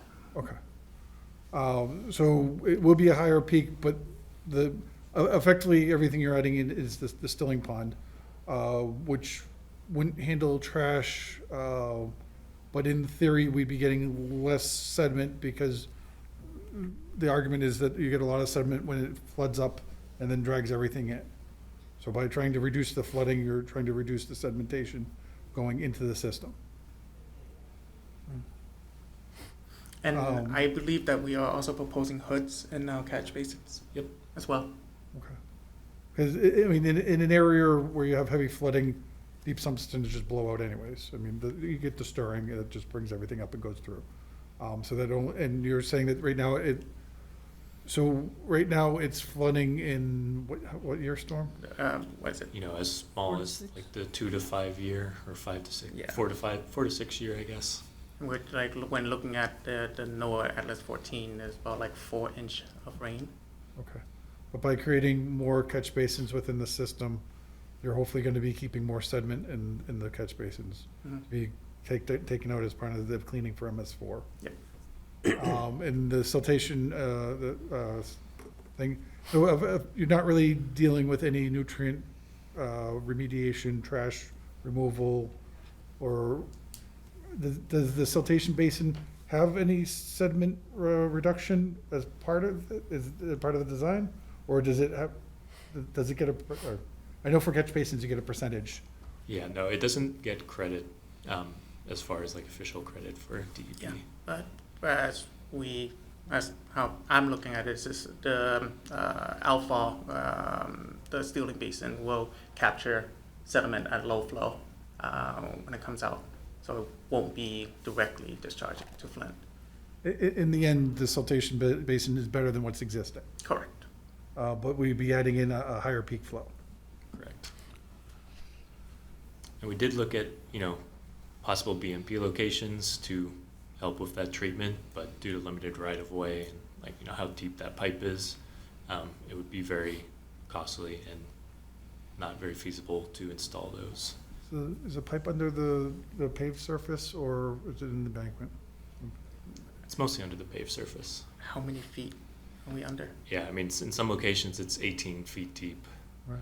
Did you guys look into any options like having perforated pipe with crushed stone around it to try and infiltrate some of the lower storms? Like an underground detention type thing. We looked a little bit. We really didn't want to decrease its capacity. Primarily a flooding improvement project, so we were trying to, not do that. Also, the soils underneath we believe to be fairly rocky based on some test pits, so it might be very costly, and I'd have to put a pretty big trench in to get that in there for installation. The grant that we got from Federal Highway to do this work is roughly about $4 million for us to do this. Yeah. And Budget-wise, around where are you now? that is just strictly for construction. We haven't actually calculated for engineering and permitting. And at this point, the cost is about. It's right around the $4 million mark. Is there a timeline on the grant? Is it run out? Yeah, we would like to use it by 25. Right. If you don't use it by 25, is it gone? I don't know. Okay. I just. So you mean, this is September of '24, you have October, November, and December? Yes. Yes. Oh, no, is that fiscal year? Yes, Oh, you're fiscal talking year. Oh, I'm talking about okay. fiscal year. In fiscal year messes everybody up. So we're talking about the end of May. And The is federal it- fiscal is that year, You yes. have to have the contract out by then? Yes, we need it It doesn't have to be finished construction by, No, we just need the funds obligated by the end of fiscal year 25, so next, basically. September 30th of next year. September 30th, really? Yes. I'm used to Yeah. fiscal year being starting at July 1st. That's the state fiscal year. The federal fiscal year is Oh. October 1st to September Oh, it's 30th. even So more. another calendar to think about. Oh. He's the project manager, not me. So, I would have one concern. I would really like you to talk to District 3, and part of their maintenance, and I know they maintain this part of Route 20, and they should, and maybe you can incorporate it within this project, is to have them look at that, where all that sediment has piled up from that discharge along the culvert that crosses under Route 20, because it is a culvert, that they look at that and they take care of it during the course of this construction. Now is the time to do it. I mean, if you can talk to them, it's maintenance to their drainage system. I can definitely talk to them and see what they can do. And maybe when you come back to us next meeting, you could maybe give us some sort of an indication of what their thoughts are. Because you don't have a DEP number, so we can't close this. Okay. Okay? You guys all set for now? Because I think there's somebody in this audience that has a question.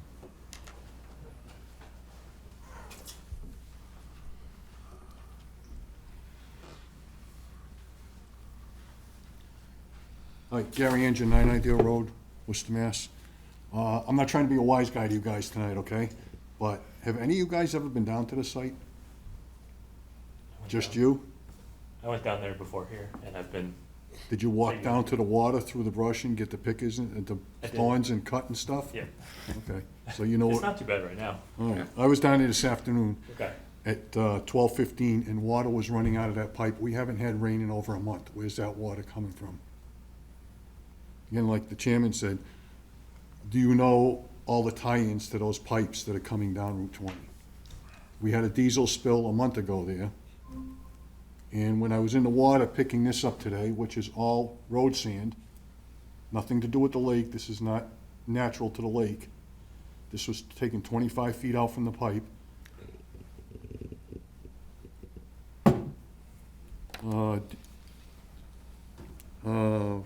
How big's the retention pond gonna be? It's not gonna be a retention pond, it's gonna be a stilling basin? Correct. Okay, and it's, according to these plans, it's 28 by 22, and how deep is it? It doesn't say here how deep it is. It's 1.5 feet. That's it?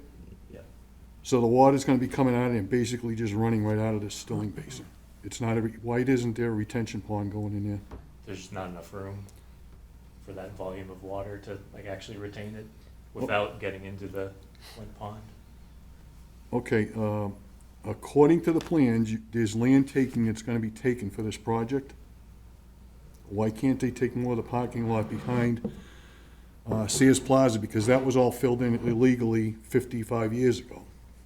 That is actually part of the lake that that building is on. That's, No, I'm just saying to make a bigger retention pond. I'm not saying take the whole parking lot, just a little corner of it there.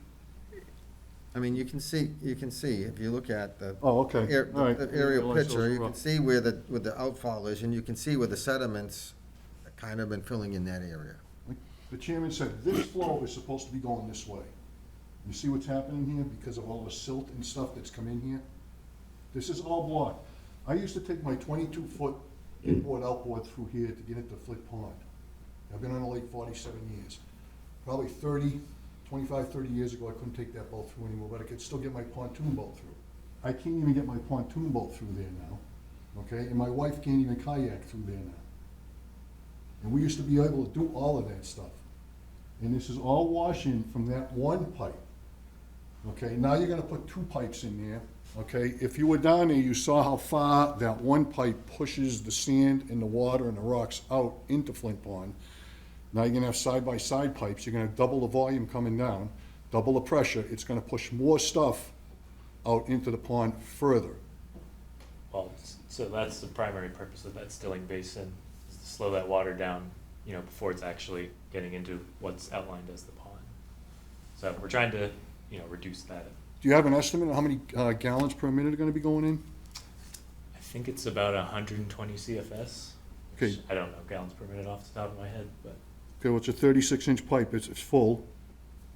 Nobody's done the calculations on that yet, if it's, we have. It's included in our stormwater report, which I believe we included with the NOI materials.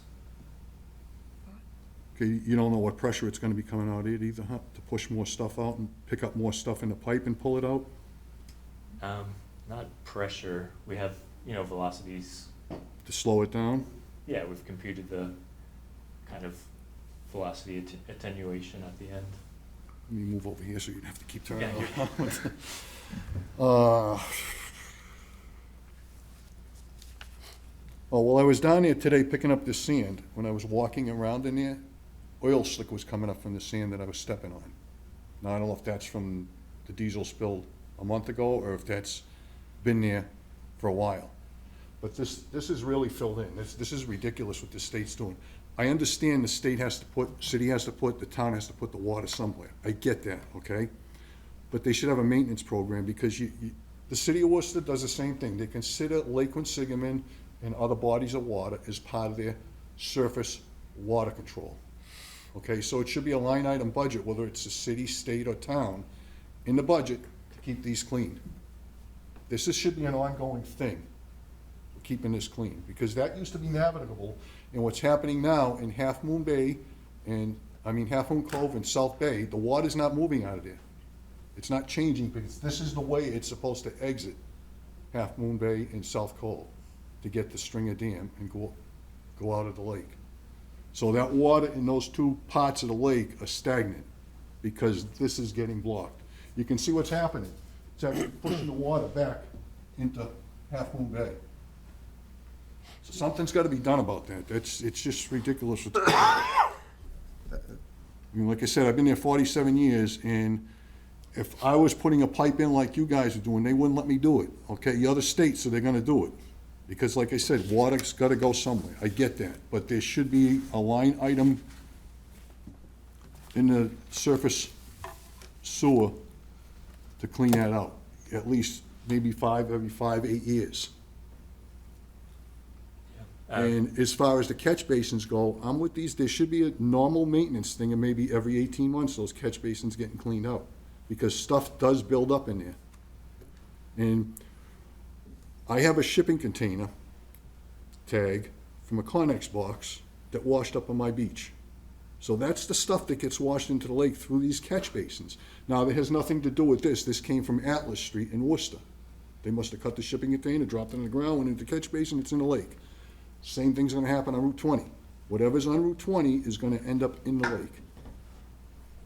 So I just wish you guys would look at putting a good retention pond in there to keep the solids out of the lake. I know it's hard to stop the silt from running in, but the solids could stay out of the lake. I got a box over there of stuff that I picked up on my beach, and I only own 40 feet on the lake. And it's just been 1 year of stuff that I picked up, needles, nip bottles, and it's all stuff that comes in from catch basins. It's not normal to the lake, that stuff. Right. No.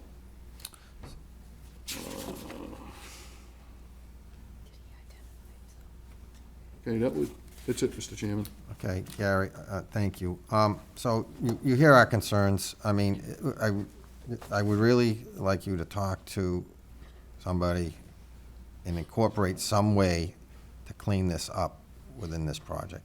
I don't know if we could make it a condition of our notice of our order of We can conditions. look into that, but you do have to be cognizant, if, right now, they're pretty high up in, so this project is meant to be a redevelopment and improvement, and it is actually so by putting in the second pipe, the pressures should actually go down, because you're not gonna have the flooding. And by putting the stilling basin putting anything at the tail end is gonna be an improvement. It's not gonna drop silt out, we'd all really like it to, but it's supposed to slow the water down, so it'll dump, it's basically supposed to keep it from pushing all the way in. We do need to be careful, because they only have so much within their budget, and if they don't use it within a certain amount of time.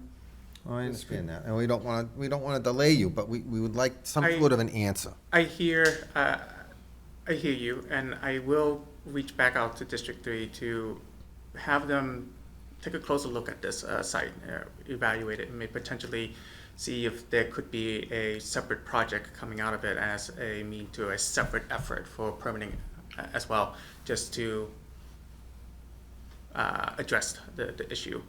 That was something I will reach back out to District 3 on. I think the board would also like to hear what the maintenance program for the catch basins and the stilling basin would be. That seems. Absolutely, yeah. I know MS4 requires Yep. stuff. I know state level, I don't know, I mean, I know town level, I don't know. Yeah, I believe we did, Yeah, that is included currently in the stormwater report. If you could just email me what the pages are, and I'll pull it out. Yeah, sure. Can definitely do that. You've got my email, because Yeah. that's how I got this. Yeah. Yeah, and I would just like to say that if what's coming out of the pipe is actually causing stagnation between the pond and Lake Quinsigamon, that's makes both of them very unhealthy. And so if something can be done to prevent that kind of stagnation, to let the water flow again, that would be the best solution. I have a very basic question. I apologize, but I'm not up on vocabulary and who is what. Could you please explain who District 3 is? project manager. Sure, yes. So Massachusetts is essentially broken up into 6 districts. District 1 is at the New York State border. District 6 is Metro Boston. And so it's District 1, District 2. District 3 is kind of central Massachusetts. Our headquarters are in out of Worcester. Plantations. Okay. So that's the portion of Master DOT that covers this area. Great, Yeah. thank you. And so the district offices, they oversee construction, they handle most of the maintenance. So they are the people we will talk to about improvements at the pond and, a maintenance program for our improvements. Gary, you have another One question? more thing, there is gonna be a meeting, September 24th at 6 PM up at the District 3 headquarters. Yeah, with the Lake If Association. anybody wants to go, they'll have the whole project laid out there too. Right, so the Lake Commission is charged as a state commission, and it's responsible for the lake itself, the water. And we spent a lot of money over the years trying to clean up weeds and different things, and storage spills and diesel spills over the past years. So anything that can be done, to mitigate additional inflows of silt and sediments and pollutions would be greatly appreciated, and would help a lot of people in this area that enjoy using the lake. And that's what we're hoping the Stilling Basin would do. Okay. All right, so are there any more questions? So will you guys be asking for a continuance? Since we do not have a DEP number, we can't ask for a closing. Yes. We Okay, would like to so request for a continuance. We'll see you October 15th. Hopefully you can have some answer from District 3. Please, thank you. Thank you. Thank you. I found a water bottle here too. Don't know who's that is. All right, Oh, you could go back to 47 and 51. I don't think Here. they're here. Unless it's online. All right, so we are gonna go back and hit, where are we here? Lear Street. Where is that? Lear Street. Down here? We had opened a new public hearing for 47-51 Lear Street. Is there anybody here? Okay, we're gonna continue this to our next meeting. Okay, new and old business, discuss and sign order of conditions. All right, well, So I believe there are 3 of them? yeah, we closed 133 Stony Hill, we closed 5 County Countryway, sorry. And what else did we close? We closed Kingston Street. Kingston, yes. Kingston Street, thank you. All right, Make a motion? well, let's make sure Todd's ready, because he's gonna have to write down what we, Did we do So the one the, for so the- Prologis hold has requested a continuation? yes, Okay. they did.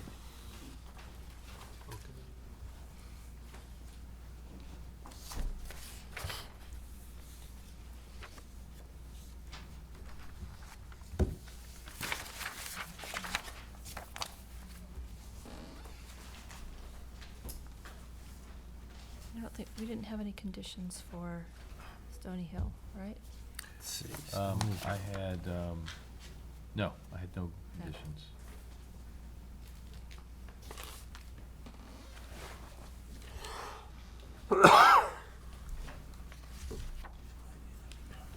So it's Stony Hill, 133 Stony Hill, 5 Country Way, and 26 Kingston.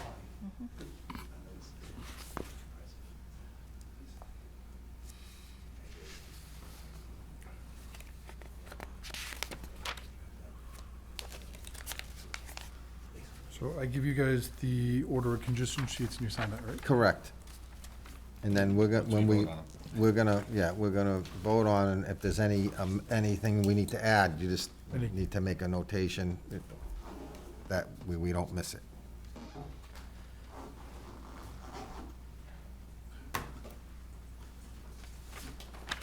Tell us when you're ready. I am ready. Okay.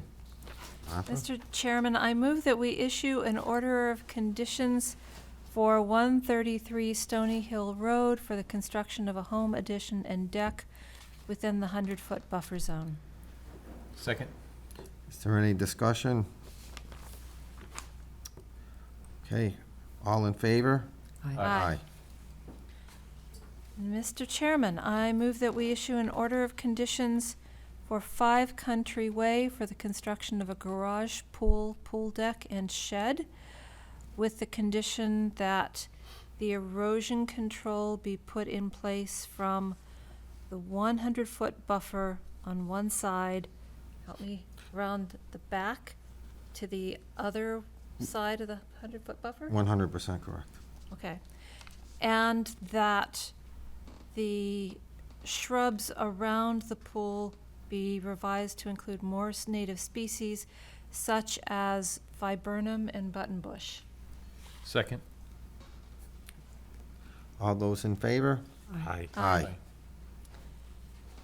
And Mr. Chairman, I move that we issue an order of conditions for 26 Kingston Street for the construction of a paved driveway, garage, and associated site work within the 100-foot buffer zone, with the condition that the pavers be installed in a pervious fashion, that the erosion control barrier be moved as close to the 30-foot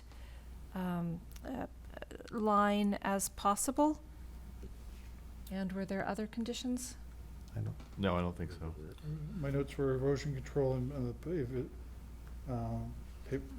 pervious pavement. Yep. Okay. Can it be pervious pavers or pervious pavement, to give them an option? Yes. Yes. So it Yes. can be either or. Yes. I second the motion. All those in favor? Aye. Aye.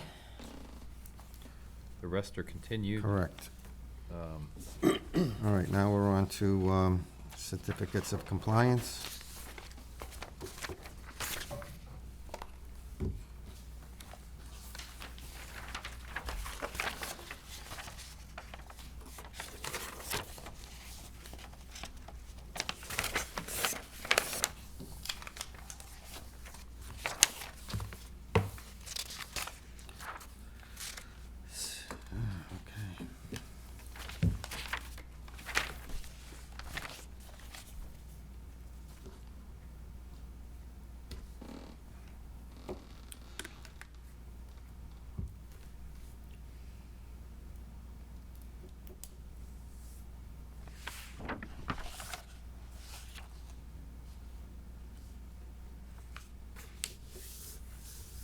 Am I supposed to be handing you the sheets? Yeah, but, Yeah, just go so through we the- have these certificates, are these, do you know if these are all good for the certificates of? They're not all good. Okay. In Okay, summary. So, according, summary is, Aaliyah said there's certain ones that shouldn't be closed. Correct. And I'm gonna agree with her. So she said not to close, okay. So she said you can close 9 Elderberry Circle. That was an old one. She said that you could close, she advised, let me word that correctly, that 31 Stony Brook Road could be closed. That was an old project. She advised not to close 11 Sunset, and that you could close 25 Kingston Street. There's 2 on 25 Kingston Street. Just give me, let me just double check her notes to make sure I didn't miss anything.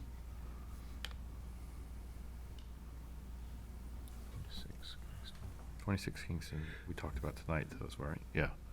That was the one we closed. So that was the one that the order of conditions was for, originally they were removing a roof? So I think I have notes on that.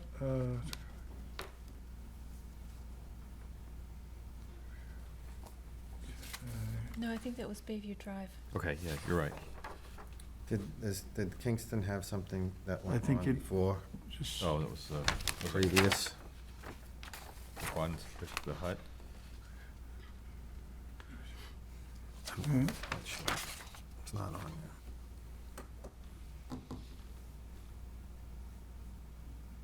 We put it in the Country Way. We put the order of conditions, right, for the national species, make sure they had that in the Country Way one. Okay, make sure we address that. That was the, You might have been thinking about 23 Bayview. There's notes that there was an enforcement order to an RDA for working without a permit in 2023. I don't see in her notes anything about on the back end of 26 Kingston Street. Greening plan. So we should just talk about the ones that we can close? So we can issue certificates for 9 Elderberry, 31 Stony Brook, 25 Kingston. There's 2. Yep. Okay. We will do it.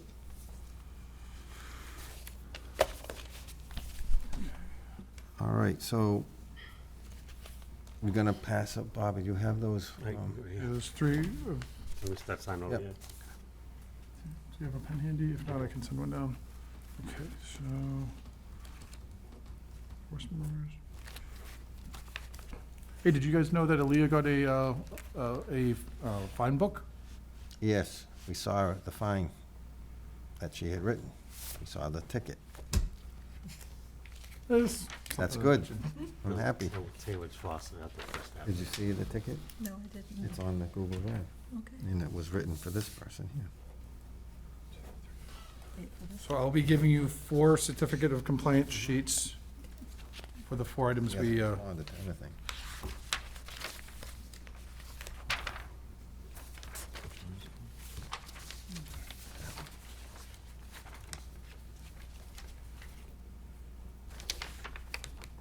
I'll be spending a little bit of time tomorrow, writing some notes for Aaliyah. But I suspect she's gonna watch the video a lot. Which is not a bad thing. So these would be the certificates of compliance. 4 of them? Yep.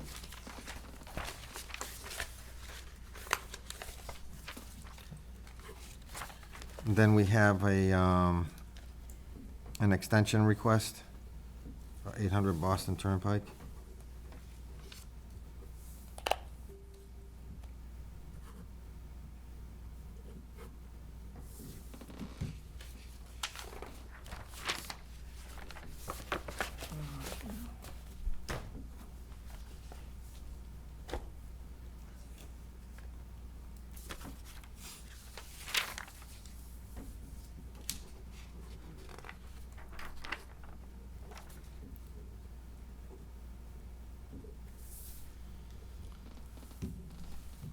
Okay, so,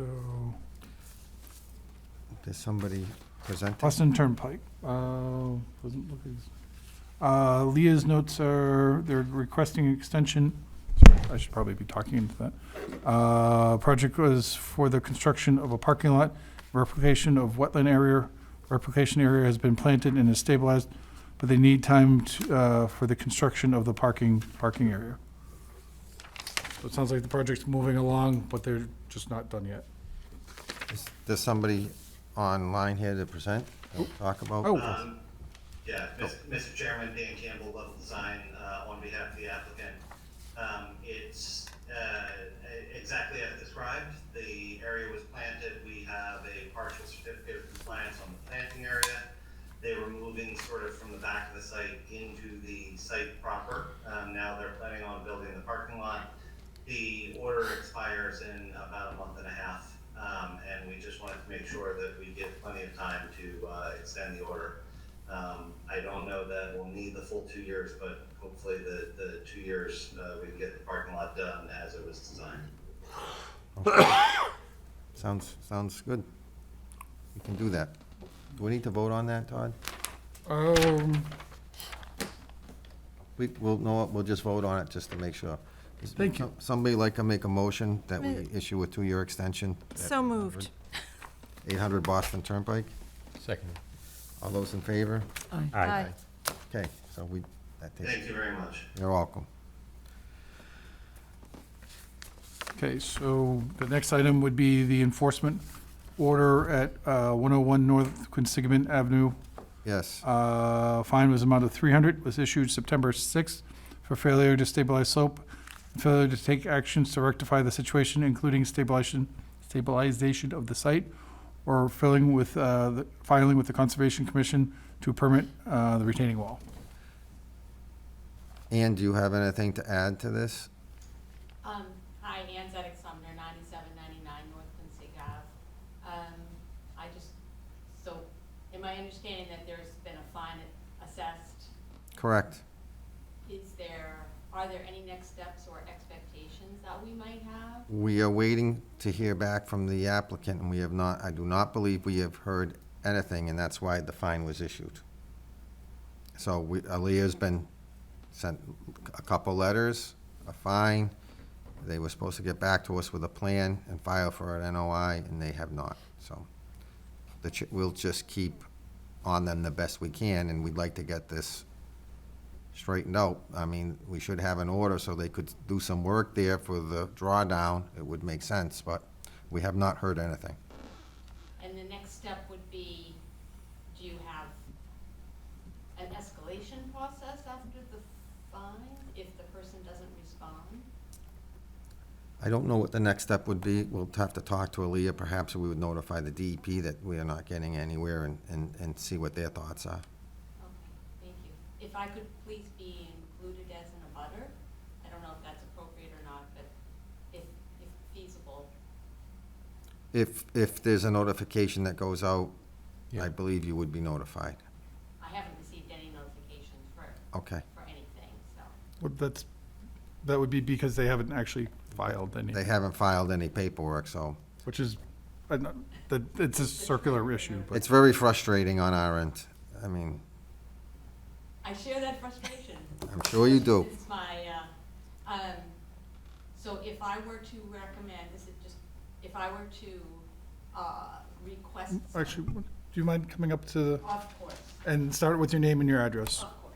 Oh, that was my fault, sorry. Sorry. Yes, it was. So sorry. Thank you very much. So it's Ann Zedek Sumner, 9799 North Quinsigamond Avenue. I'm an abutter of number 101. And my question would be is, in order to stabilize my waterfront at the area that I am concerned between their collapse and my waterfront, I would then need to come and ask for, even though I would be financing it and stabilizing it, I would need to come forth. The commission and get an order of conditions or an RDA. We would. But let's see what happens. When Aaliyah comes back, we'll keep trying to reach out, and hopefully we have an answer before the next meeting. Okay. And if you're looking to do work, reach out to Aaliyah. Right. And we normally walk people through kind of what they're. Yeah. Try and help them figure- I've come before and realized there's a process that needs to be followed. It's just, I am concerned with. Well, you don't want to lose your wall. I don't blame That you. would be right. Or the soil that's already going into the lake. Okay. Thank you very much for your help. Thanks, Ann. Okay, and then we had to issue an emergency certificate. Yes. Emergency, thank you. I'm gonna, so I just need to make sure I keep these separate. Okay, emergency certificate, for the town, property is, 302 Cherry Street, emergency certificate. Property is owned by the town and abuts the secret garden, which I'm assuming you guys all, I don't know where it is, but.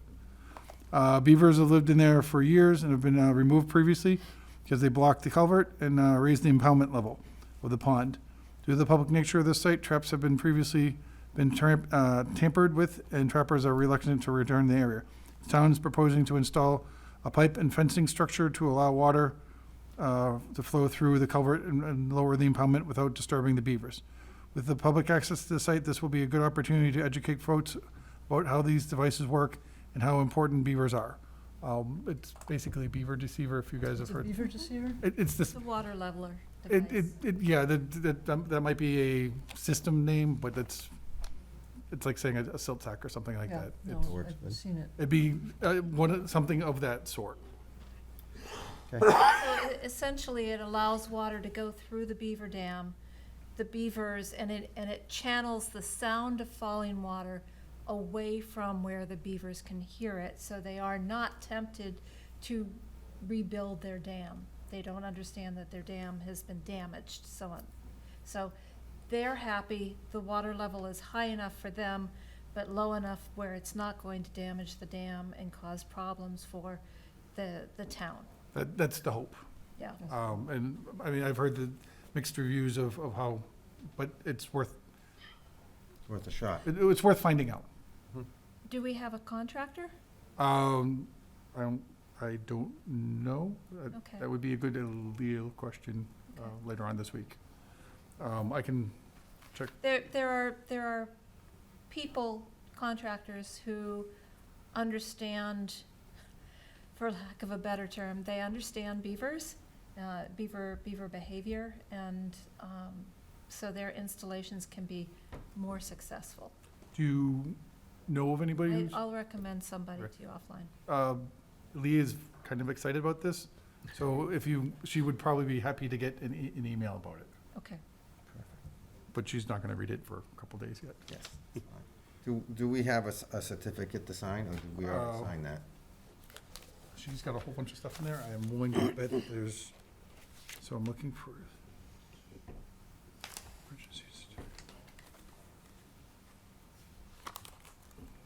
Ah, here we go. Perfect.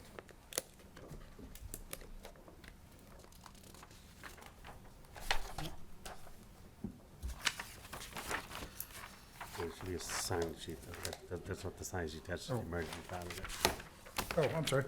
I should pull from the front, not the back. Yeah.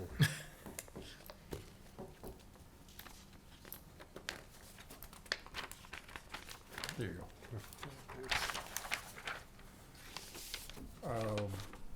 I'm assuming you don't, I mean, do you need or want special conditions on this? Other than, please put it in and hopefully it'll work? Correct.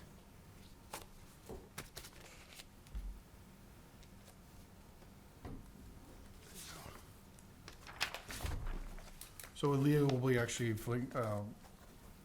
I have them and I will be keeping possession of them, but when she comes back, she'll be filling out the rest. I am just a temporary measure right now. You're doing a great job. Yeah. Good job, Todd. Well, you know, she's definitely got some place to be and things to do at She's the doing moment. fine. And then there was a correspondence from National Grid regarding some borings with E-157 line asset refurbishment. I believe we voted on this last month. So I think that was just some correspondence they had to give to us. I'm not quite sure. No? I don't see, I see the housing. It is plan. updated. Yeah. 'Cause we issued an order. There you go. Was it 5 years? Oh, National Grid.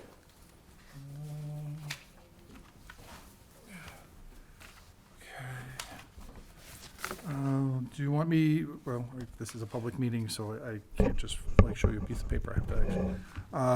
Dear members of the Conservation Commission, this is dated August 22nd, 2024, Shrewsbury Conservation Commission. Attention, Aaliyah, from Kevin O'Brien, Environmental Science of New England Power Company. This notification letter is being submitted to the by the New England Power Company to notify the Commission of geotechnical borings associated with the E-157 line asset condition refurbishment project in Shrewsbury, Mass. The NEP is planning to advance geotechnical borings to facilitate foundations designed for the subset of the replacement structures. Borings will be conducted in accordance with the utility maintenance provisions of the Massachusetts Wetlands Protection Act, WPA regulations, and it cites the regulations, and the Shrewsbury Standard substantial change or enlargement of existing and lawful location, structure, or facilities used in the service of the public to provide electrical service without the filing of a notice of intent. Please note this notification letter pertains solely to the geotechnical boring work required to support the project design. NEP will submit separate notice of intent for portions of the project that may not qualify as exempt maintenance activities under the WPA in advance of the planned structural replacements. Okay.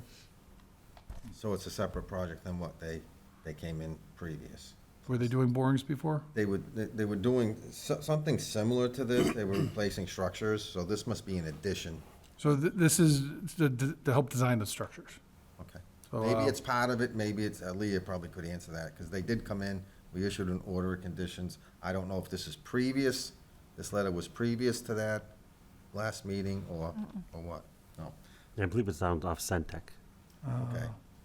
Of these two, let's see here, may include the replacement of 28 transmission structures within the town. Of these, 2 structures will require geotechnical borings to support the foundation design. So were they in there before about the 28? So there's a bunch that they're replacing, and 2 of them, when they looked at it, Need borings. do you want the rest, or just scan it and put it on file? Yep. Okay. I think it's in there already. Probably is. Ali is gonna make sure everything is. Yeah. All right, is there anything else to come before the board, commission? If not, does somebody want to make a motion that we adjourn? Mr. Chairman, I move that we adjourn this meeting. When do we announce the next meeting? October 15th would be our next meeting. I second. All those in favor? Aye. Aye. Great.